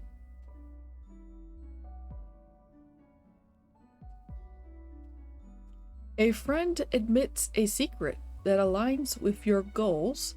What new opportunity or development do they offer? +2 plot. Okay, alright. Hold on, I'm gonna take a swig of water for this.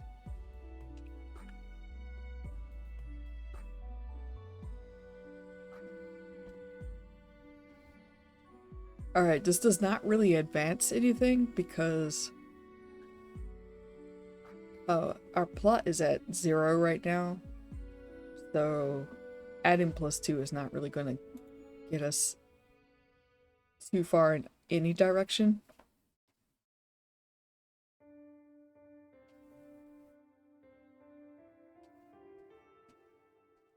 But I think it does kind of work with our running narrative we've got going on. I think I'll try to do this one also quickly.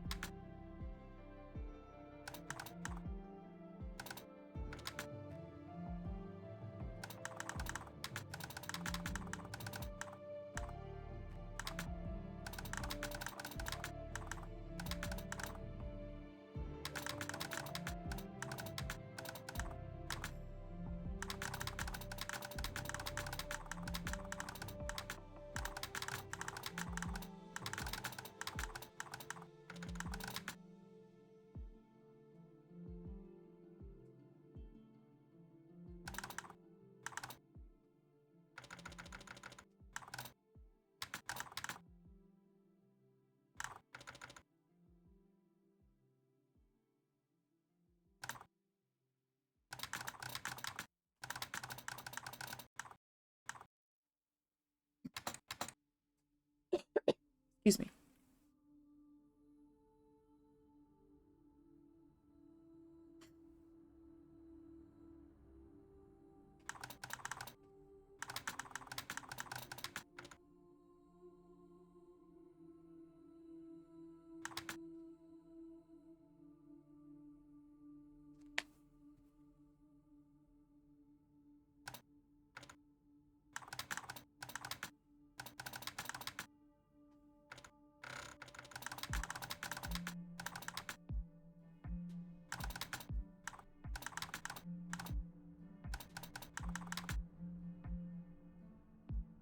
Spelled that right? I thought for sure I was gonna spell that wrong. Good job, me.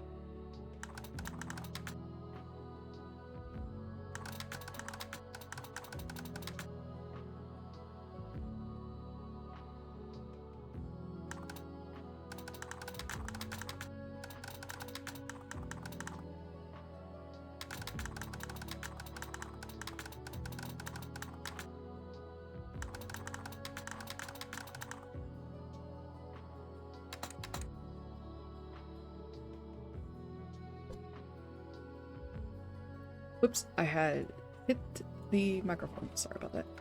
I'm almost done with this scene though.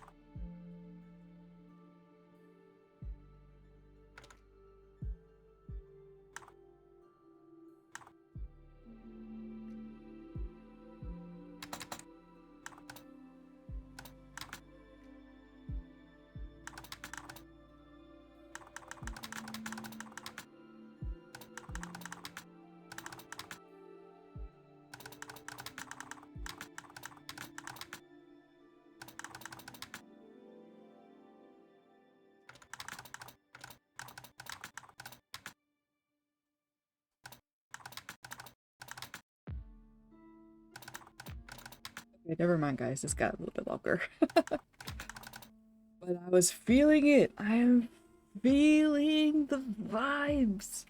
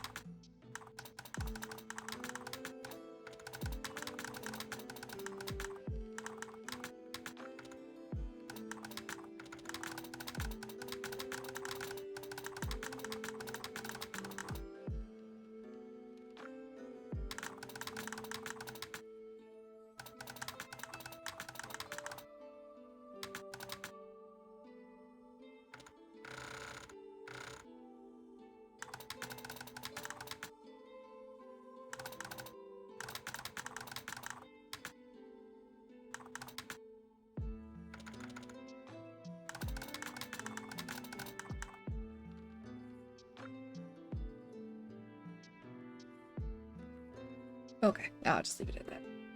It's not exactly the best, but that's okay. Oh, I wound up writing so much. I did not expect that. Is anybody even still here? I don't know. I'm gonna drink some water before I read this out loud, and then I will call it quits for the day.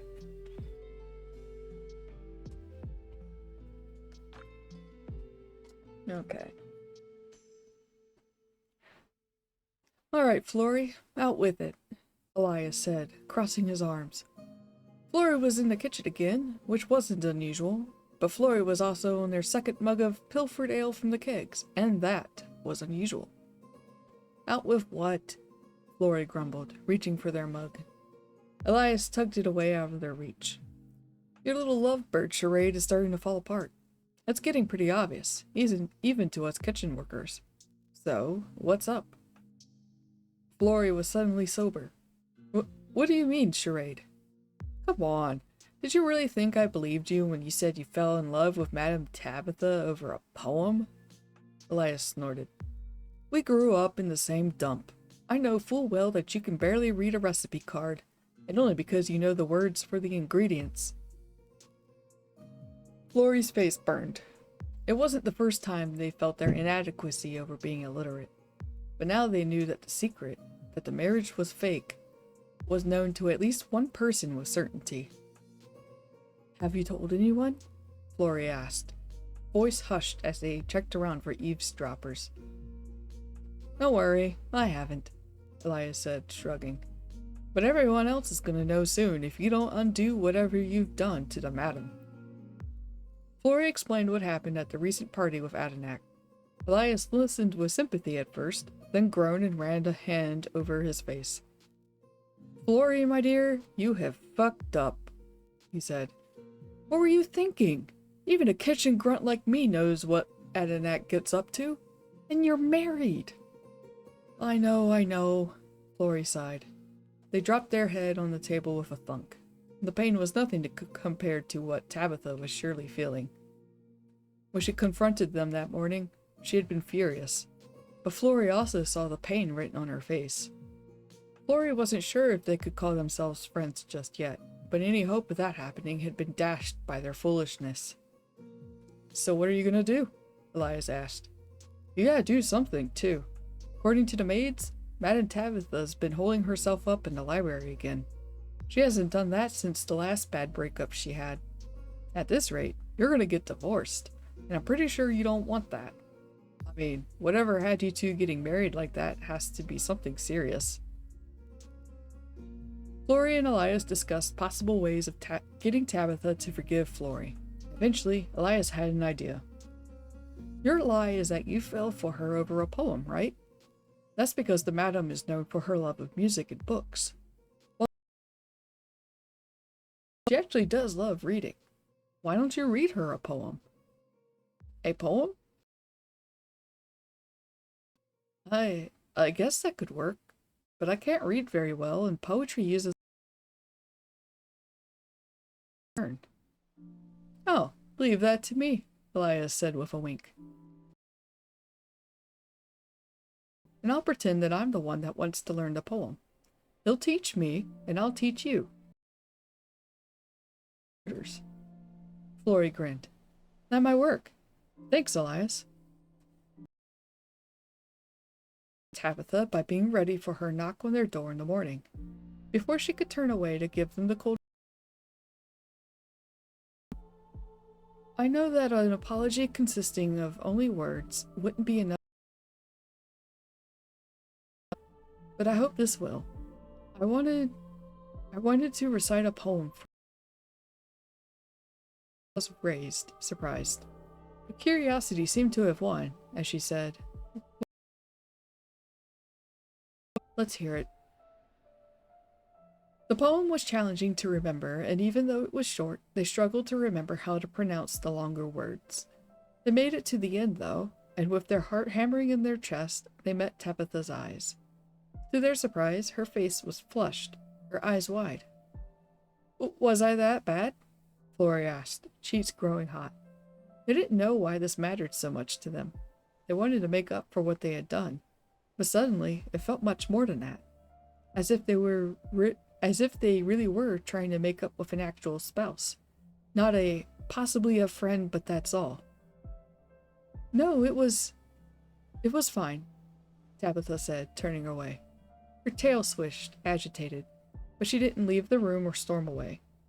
I accept your apology, but please, for both our sakes, don't let it happen again. I won't, Florrie resolved. I didn't mean to hurt you like that, but I promise not to do it again. They faltered, already giving away more of their heart than they anticipated. Let's go to breakfast together. They did, and the rumors died down after Tabitha stopped locking herself away in the library. But while the charade was once again intact, Florrie had a new concern. Elias knew that it was all a ruse. Who else could know? And what about the growing feelings for Tabitha? Their 1-year anniversary was only a couple months away. They would need to remain together for 4 more years after that, but it seemed that completing the first year would be hard enough. Okay, so I'll put it down for now.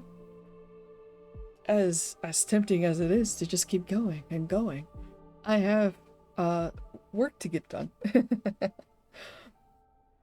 If you would come in at any point, thank you so much for being here.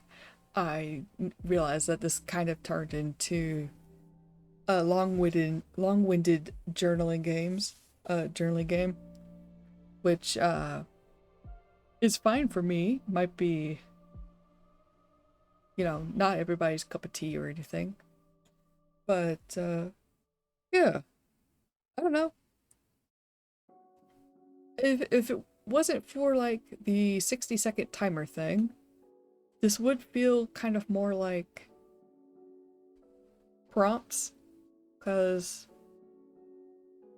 there's not much I can do to like alter outcomes.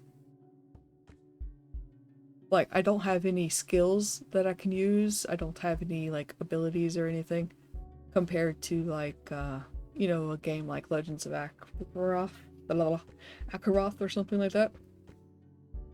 Which, I mean, this is supposed to be a duet game with 2 people going back and forth. But even then, there's not too much in the way of affecting things. There kind of is with the marital trials. But even then the outcomes are more or less like defined. So, but I mean, as a story, like a thing to create a story with, it's been pretty good so far. Like, I'm greatly enjoying what I'm writing. So I think that if you were wanting to do kind of like a solo journaly thing, and you like the fake marriage trope, I think this would be a great thing to purchase and acquire, to sit down and have some nice creative writing time.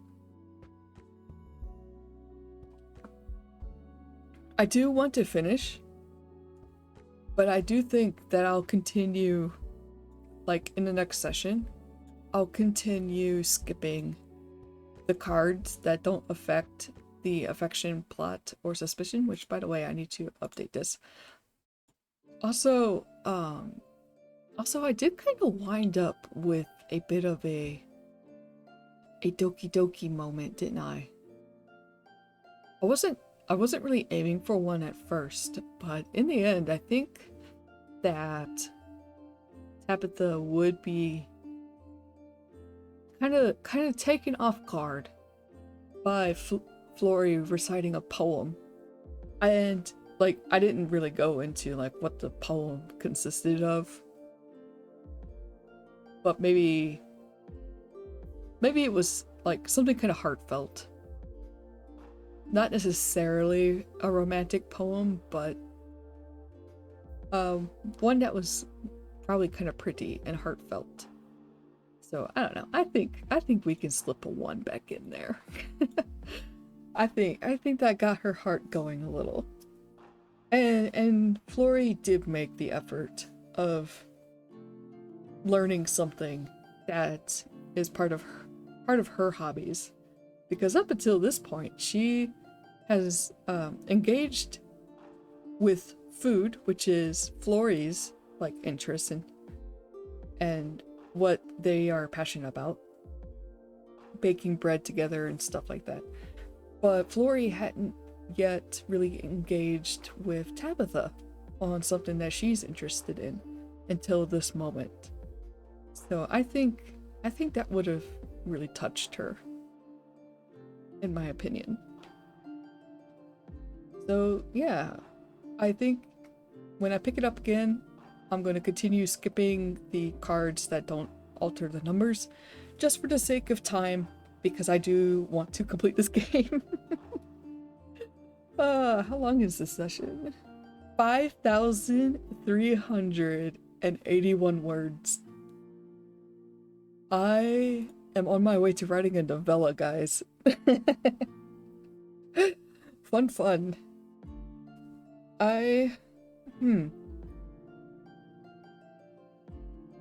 Maybe? Yeah. Oh, shoot. Hi, Vice. I didn't realize anybody was actually still here.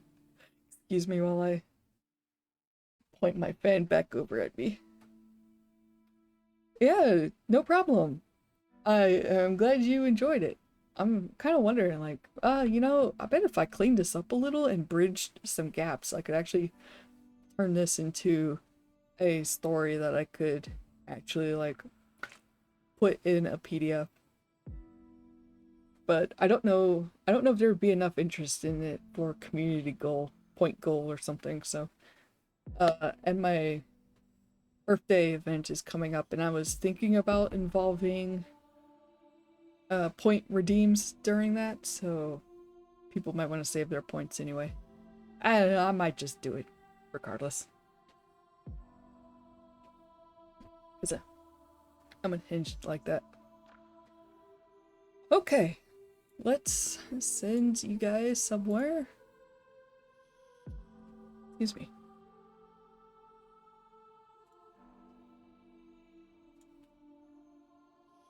Let's see, maybe something still a little more chill. Oh, I see Anna is live. With some more tabletop stuff. Oh! They're also using cards. That's cool. I don't know what they're playing. Let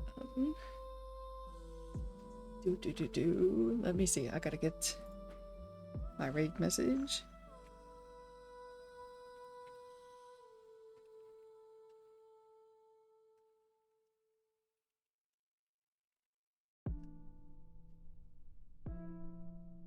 Oop, disappeared. Okay, so there we go. Restart that. Okay, yeah, everybody, thanks so much for coming. Greatly appreciate it. Hope y'all have a wonderful rest of your day. Take care, safe travels through the veil. Bye bye.